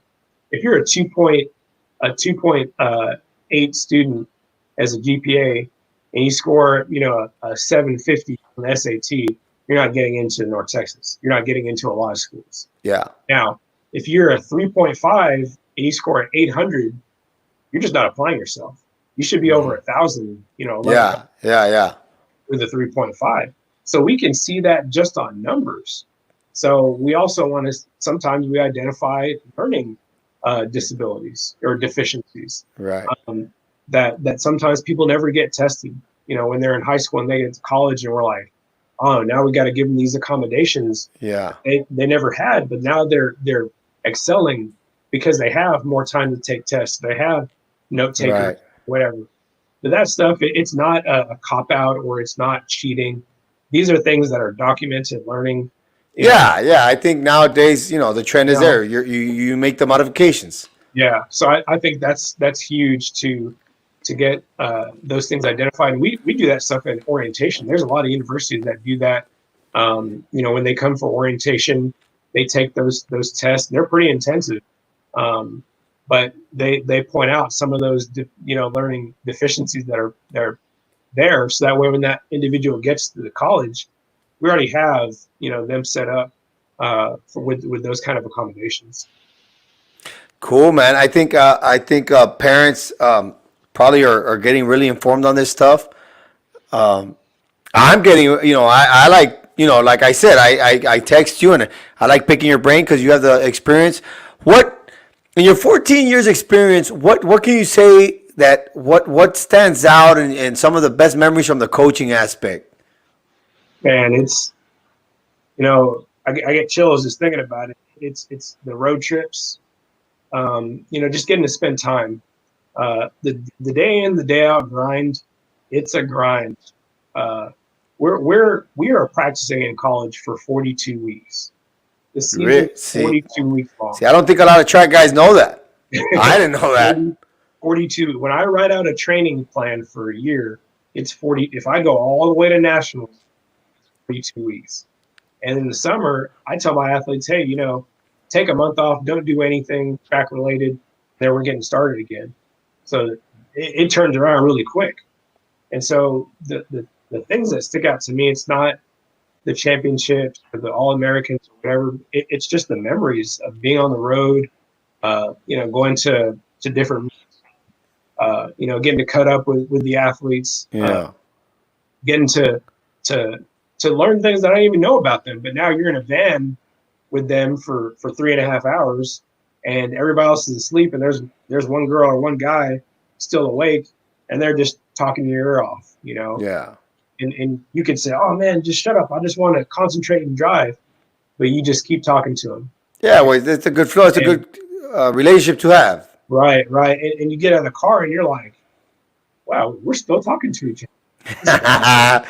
Yeah, And then which is cool. you get to school the next day, and now you have a different bond, a different relationship with that athlete because now y'all just spent quality time Yeah. together. I think it's huge because nowadays you just never know what some of these kids are going through. And I think it's our job as educators to provide opportunities to, be that outlet for them, be that outlet with them, and provide them with our experiences. There's so many times where I get off talking about things that I experienced when I was in school. A kid might ask, "Hey, coach, what was your best time?" And I'll tell them a story, and they're just like, "Oh, I never knew you ran that time," or "I never knew you did this." Yeah, story time. I call it Mendez story time at my school with my athletes. I bet your stories have gotten better over time too, haven't they? Hey, they're all the same. They all the same, man. They all the same, man.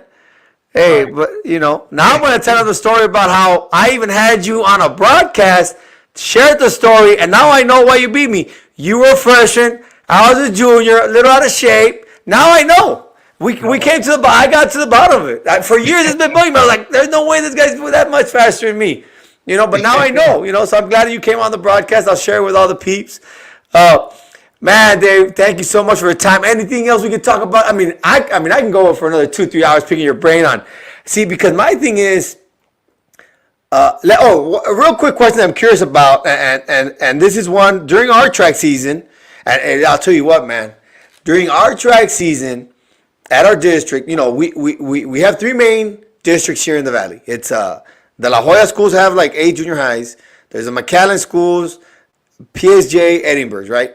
So in our district, we have, or we started playing, competing against, it's La Jolla, McAllen, and PSJ.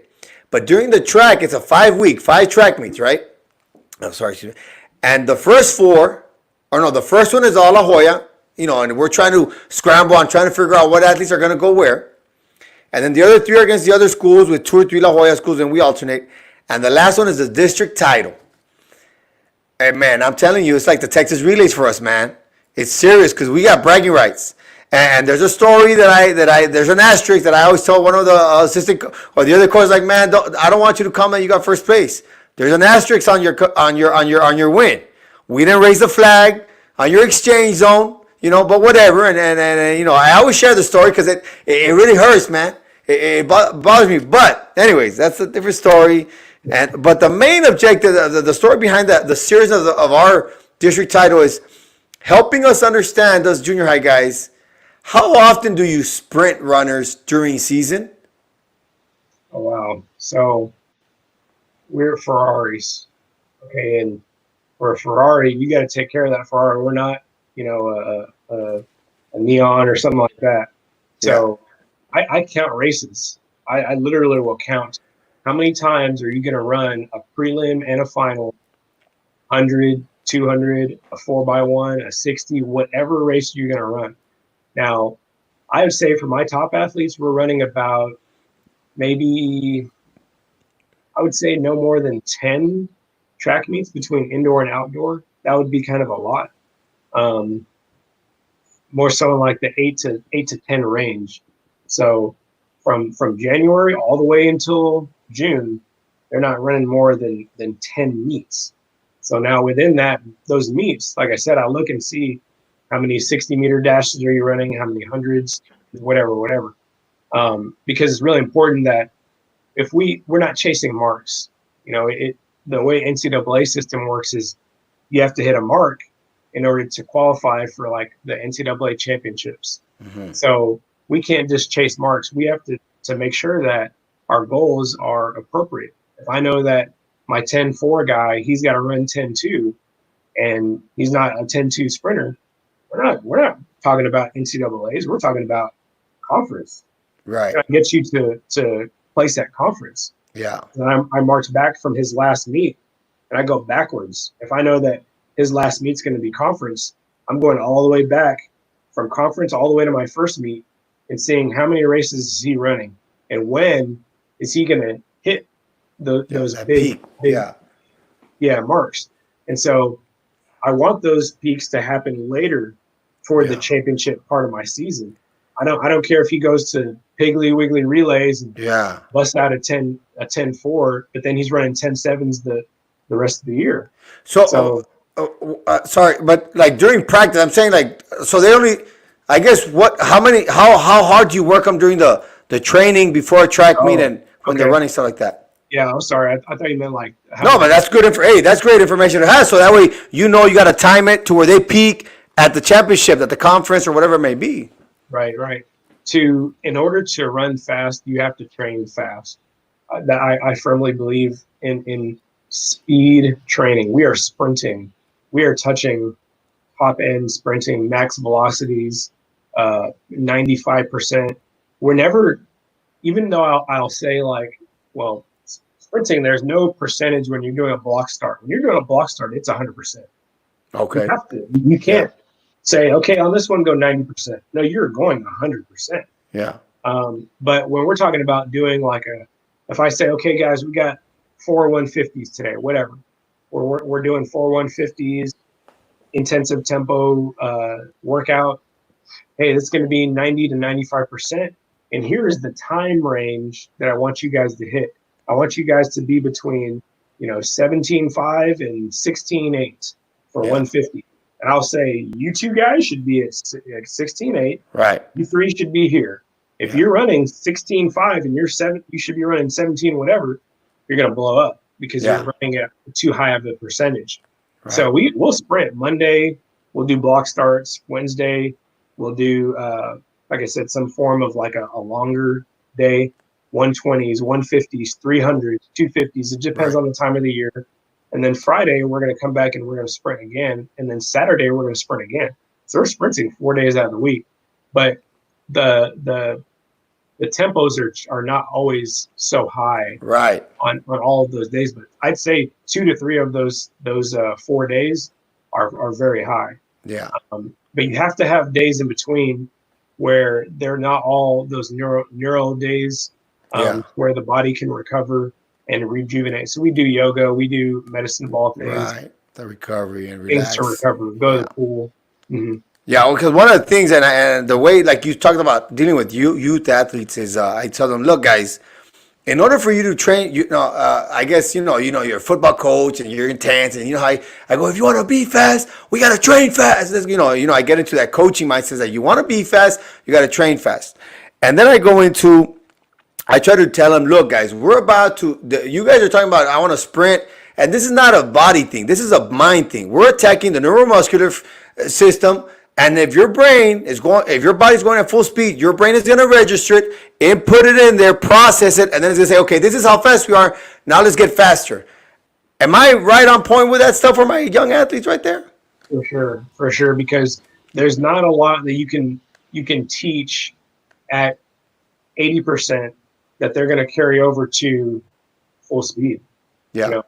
You got to go full speed. You got to say like, hey, our goal here is to run as fast as we can in this 30-meter segment. Right. Only way for us to achieve that is running as fast as we can in this 30-meter segment. If we go slower, now you're like I said, you're going to see changes in their gait. Their knee's going to be bent when their foot's all the way up underneath their body, and that's more time spent on the ground. So how can we be pretty stiff from head to toe and see a straight line? Yeah. A straight enough line. Yeah. Preface that from the ankle, the knee, to the hip, and that's when you could see some really fast turnover. But you got to sprint fast in order to run fast because, like I said, you get into a race, and there's nothing that can prepare you for a David Burnett going against a Rudy Mendez top speed. If we're both going top speed, and now I start to try to press, and now I'm trying to hit that next gear that I know is not there. That's when injury occurs. If I know that gear is not there, and I stay quote unquote relaxed, but also aggressive, and I just keep running and I keep my form, I will probably beat you, but because I know you're going to tense up because you want to beat David. Right. It's a dream. It's a dream that'll never happen, man. It's a dream, man. Stop hitting below the belt, man. Woo! I was telling Lucas. You remember Lucas Cuevas, right? Yeah. And we get into the conversation, and he's like, there was a girl. We're having a barbecue, and there was a friend of my brother's there, and she's like, "Oh, Rudy, well, tell me this, and how do I train him?" I said, "Look, at the end of the day, I tried to explain to her the genetics and the fast twitch fibers. And I said, me and Lucas could train exactly the same, and I will never beat him. And I don't know if you remember Lucas. Like, oh man, come on! I like Lucas. You were born with a certain number of fibers in your body that I wasn't born with. Your genetics. I mean, his dad played football for Kingsville. He was a pretty good athlete. I said, there's a point where because you know how coaches are always talking about like, oh, I need somebody that gives me all heart, right? But if you got a guy that's all heart plus the genetics, that's a kind of hard guy to beat, like yourself. You know what I'm saying? And that's where I come and tell people, you gotta have a certain number of fibers that's always gonna help. Now, some people will activate all of them, and some people won't, and that's when we go back to the neuromuscular fibers. I can never beat you, even if I was a freshman with a six pack. I don't even know if I had a six pack when I was a freshman, right? But it comes with that, and I think parents need to know that. Would you back me up on that statement, or am I way off? No, definitely. It's a predisposition. Is one way to think about it too. Like, there's a coach out there, and he'll say like, you can't pick your parents. You don't get to pick your parents. Yeah. It's one of those things. God gave you these two people, and either they had that in them and they gave it to you, or they didn't. And right. and it could be a fortunate side of things or an unfortunate. But at the end of the day, I mean, where I was brought up and where you were brought up were two totally different things, two totally different environments. The types of food, all those things. What I was exposed to playing in the streets versus what you were exposed to playing in the streets. So that's why I say that predisposition it takes place, and the framing of thinking of, okay, well, when I'm running away from an opponent or when I'm running in a straight line, it goes back to what I was taught when I was running in the streets growing up. Whereas, like I said, depending on how you grew up, it was different. And I just know the sound differences in how my parents were brought up versus how your parents were brought up. Yeah. So it just keeps funneling all the way until you get to high school and college. And then it's like, whoa, here's this. You look at a guy like a Wes Welker or Julian Edelman or those guys that are shorter in stature. Yeah. You can't tell me that they didn't have something in their gene pool, something in their makeup to tell me that they were going to be this professional, elite football player. Oh yeah. Anyone that knows anyone that knows science and the biology and the body and the muscles, they know. I know what's that comedian, that white comedian's married to a black woman and he's very popular. What's his name, man? I don't know if you know who I'm talking about. Either way, he goes on YouTube and he goes, we finally did it, because there's this white guy running track and he beats and he smokes all the black athletes, right? And you know how America's right now is absurd with all this divide, which I think is foolish, right? Because, whatever. But it doesn't matter what color you are, what race you are. It depends on your genetics. And some, granted, there's a lot of explanation, historical and all these prevalent things. But for Wes Welker, for example, your examples, you can be fast, but it comes down to speed. Now, I will say this, though, on that, though. If, for example, we go back to Lucas and myself, or even you, let's say me and Lucas, I think I was closer in beating Lucas than I was closer in beating you, right? But if, let's say he's born with, let's just say a number, 100 fast twitch fibers, and I'm born with 90, let's just say, an example, even though there's millions in the body, right? So, but if he doesn't train, and one thing I recently learned is that the old verbiage of you can't teach speed, well, actually you can teach the body and the mind to activate certain fibers, right? The science behind it is, it started with, no one can run 100%. Because if you run 100%, like the actual 100% of your body, you'll break down. The body will tear because you've activated all the fire, whatever. Science, the hook for the science. But if he's born with 100, I'm born with 90, and I learned to teach all my 90, and he never trains and he's only with 80, at that point I can beat him, right? But that's the only way, right? Yep. And there's a lot of studies out there with now you're talking about like sports psychology and how that comes into play, but mindfulness training, when we talk about breathing and we talk about muscle activation and all that sort of stuff. Yeah. I can run 100 meters on one breath. Now, are there some people that run 10 breaths more than that? Yeah. Is it effective for them? Maybe, maybe not. Right. So it's dependent on the individual. But again, it goes back to you have to know why. Why is it important, to have that one breath or that 10 breaths or whatever? It goes back to philosophy. But, you brought up a very good point of training those, 100 versus the 90, for instance, or whatever you said. It's one of those things where I can take a distance runner and make them faster by doing sprinting.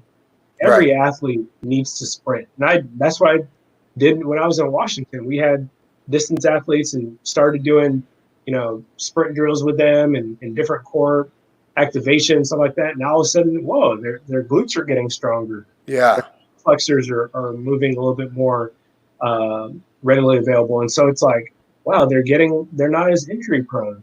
So learning how to use your body is super, super important. Super. Yeah, that's why right now I'm in the big that whole thing when we started with the soccer guys. I'm like, man, stop making them run so much. I need them to be fast. Open up that stride. Be quick laterally. But that's just that's different philosophies, different approaches to coaching. Let me touch base on this. One of my buddies is commenting, when you're sprinting and you're doing those workouts, the 150s and all that, what about your cool down laps? He's asking, like, I guess the recovery phase after they run, how long does it take you to make them run that 150 again?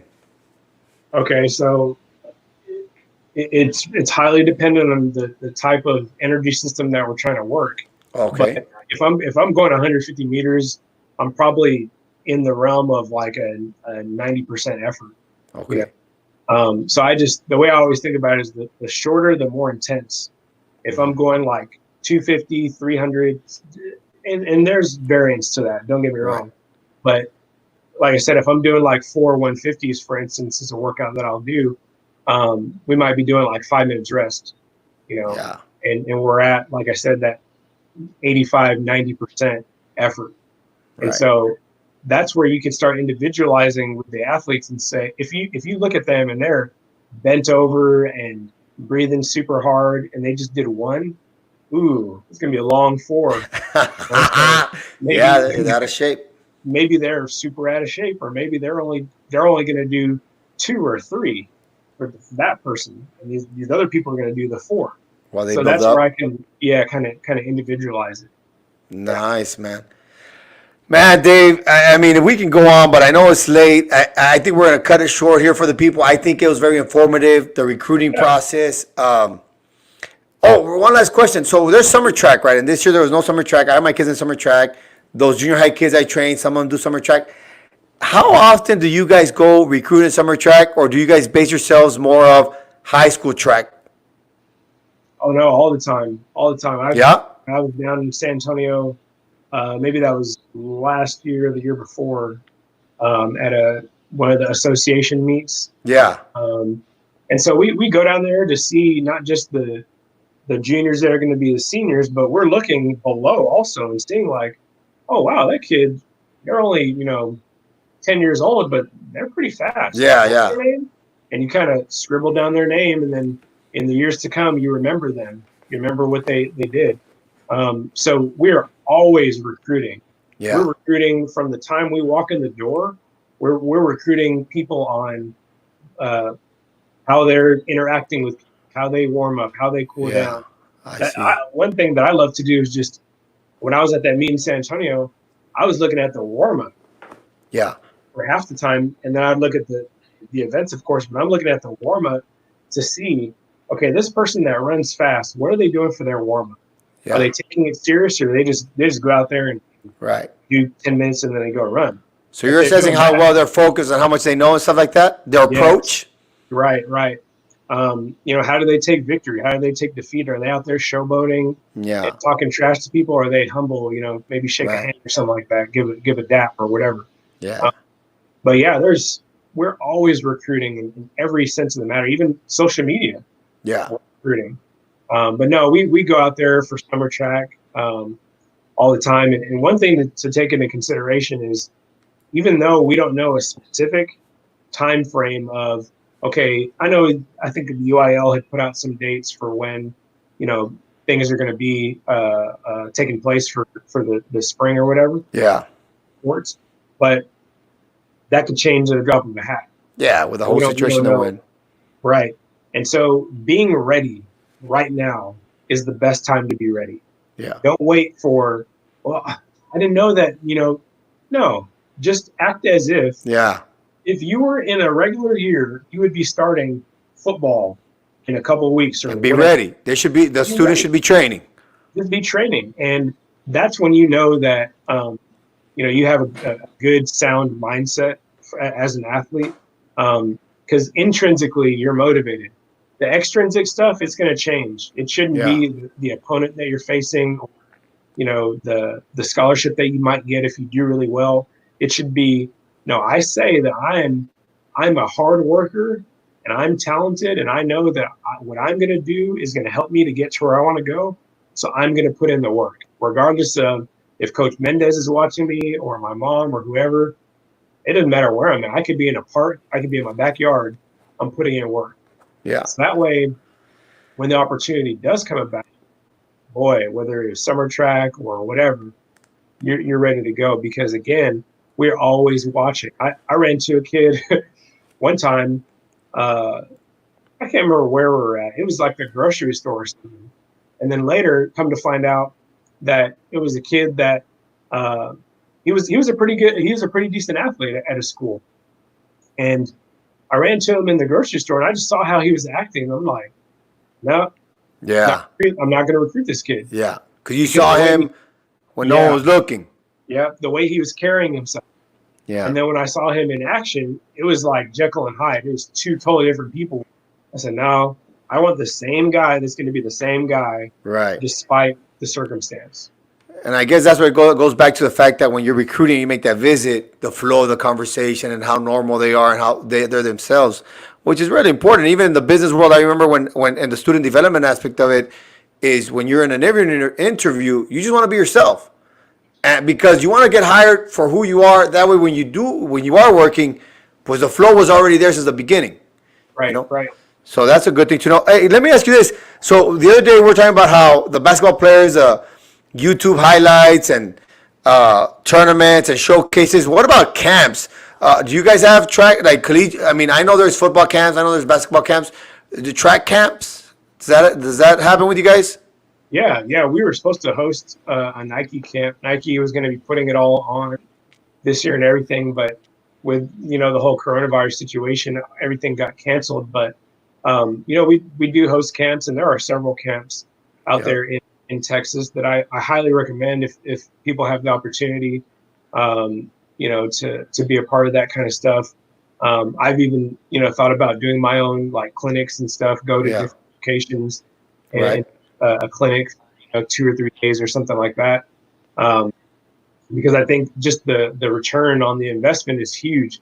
And what I can tell you is what I'm selling is not what you're going to get at your everyday camp, because I'm putting my heart and soul into it. Right. I'm not just telling you what you could find on YouTube, internet. I'm gonna take whoever shows up, and I'm gonna spend the time that I need to, making sure that they understand what they need to know in order to be that better athlete in whatever, football, basketball, baseball, whatever. And so the great thing about a speed camp, speed and power camp, is, like I said, it correlates to all different sports. It doesn't have to. I will never, just sell a camp, because then I'm limiting myself on who can come. Right. I want that football player, or that's a lineman. I want that baseball player. I want them all, and they're going to see the correlation to their sport. So, yeah. That's interesting that you mentioned baseball, because in my area, baseball's big, man. The parents over here in baseball, I mean, it's 3-4 years old, and we're going baseball, and we're loaded in baseball. And on a very personal note, I tell them, and we've had conversations where we cannot specialize in baseball because it doesn't require that much athleticism when it comes to sprinting and lateral movement. At a certain age, you need to be athletic. But then there's this theory I have on the fast twitch fibers in throwing the ball. I said, wait a minute, you got to be strong, but I wonder how, if you're fast, does that correlate to your throwing arm? Is there any research you have on that, or am I way off, or am I just making stuff up as I go? No, there is some. I mean, even when you look at an injured athlete, there's a cross education that takes place. If I were to hurt my left arm and I couldn't use it at all, and I only worked my right arm, there's a correlation that's going to take place. If I only did arm bike because my legs were hurt, Right. and I was just doing this for metabolic training, there is a correlation that takes place. I've trained throwers before, and we'll go and sprint. When you say throwers, you mean like pitching, like baseball, or like shot put? Like shot put, javelin. Okay. All right. But those people, they need to be explosive. Right. So again, when we go back to those biomotor abilities, well, they need to be fast, power. Okay, so if a baseball coach, I'm sorry, keep going. No, I was just gonna say, where can I find things that they can do correlate to what their event is? So for a baseball pitcher, well, yeah, they need to be fast, but why? They're gonna throw 100 pitches a game, but they also need to react to something that's coming really fast at their head. Right. So, yeah, they can throw a ball 100 miles an hour, but can they put their other hand up and catch a ball and then make a decision in their head to react to then making the right decision to go to first base or second base or wherever they need to go? Yeah. So there is reactivity that comes with that. And if you're and that's where it goes back to academics. If you're a smart athlete, you're a smart student. All right. You're gonna think. Your brain thinks faster. Yes. So the reactivity, I think reactivity and elasticity, they go together. If you're a really elastic person, you're going to be a pretty mobile person. Yeah. Also, if you're a really strong person, you maybe won't be a powerful person. Not all the time. Right. But the power and elasticity can go together. So that's why a baseball pitcher, well, if you're throwing 100 miles an hour, I bet you're a fairly elastic person. Right. But you look at like a CC Sabathia, that guy, he's not a fast person. He's not fast at all. Yeah. But he's powerful, very powerful. He's very elastic. Because when you look at a baseball pitcher in slow motion, the angles that they're getting that arm into upon release, it's crazy. Yeah. Same thing with a hurdler or whatever, different sports. Yeah, I think in our area baseball is big, but I think that we forget that the pitcher and the batter is not the only position. You still got to be fast and quick as a shortstop, second baseman, third baseman, and the outfield. Well, you require athleticism. Yes. Besides just the bat and the arm. Yes. So, the Bubbas, back in the Gary and Gabe, they were baseball players, but they were pretty athletic. And of course, most baseball players in college are athletic guys. So, yeah, I think we're done for tonight, man. Hey, man, I'll tell you what, though, a lot of information. I mean, we had some listeners, and I'm sure people will watch it, and I'm hoping a lot of the parents and my athletes watch it over the course of the next 2-3 days. Dave, thank you so much, man. I really appreciate it. Really appreciate your insight, man. Yeah, for sure, man. Really, anytime. I hope it was helpful. And like I said, maybe we'll do a part 2 or something like that. Hey, we will. And I'll tell you what, I got some athletes coming up. I'll be texting you about some of my athletes. I got some guys. They're fast. Sure. I got a triple jumper, so we'll be keeping in touch, man. For sure. All right, thank you so much, Dave. Really appreciate it. All right.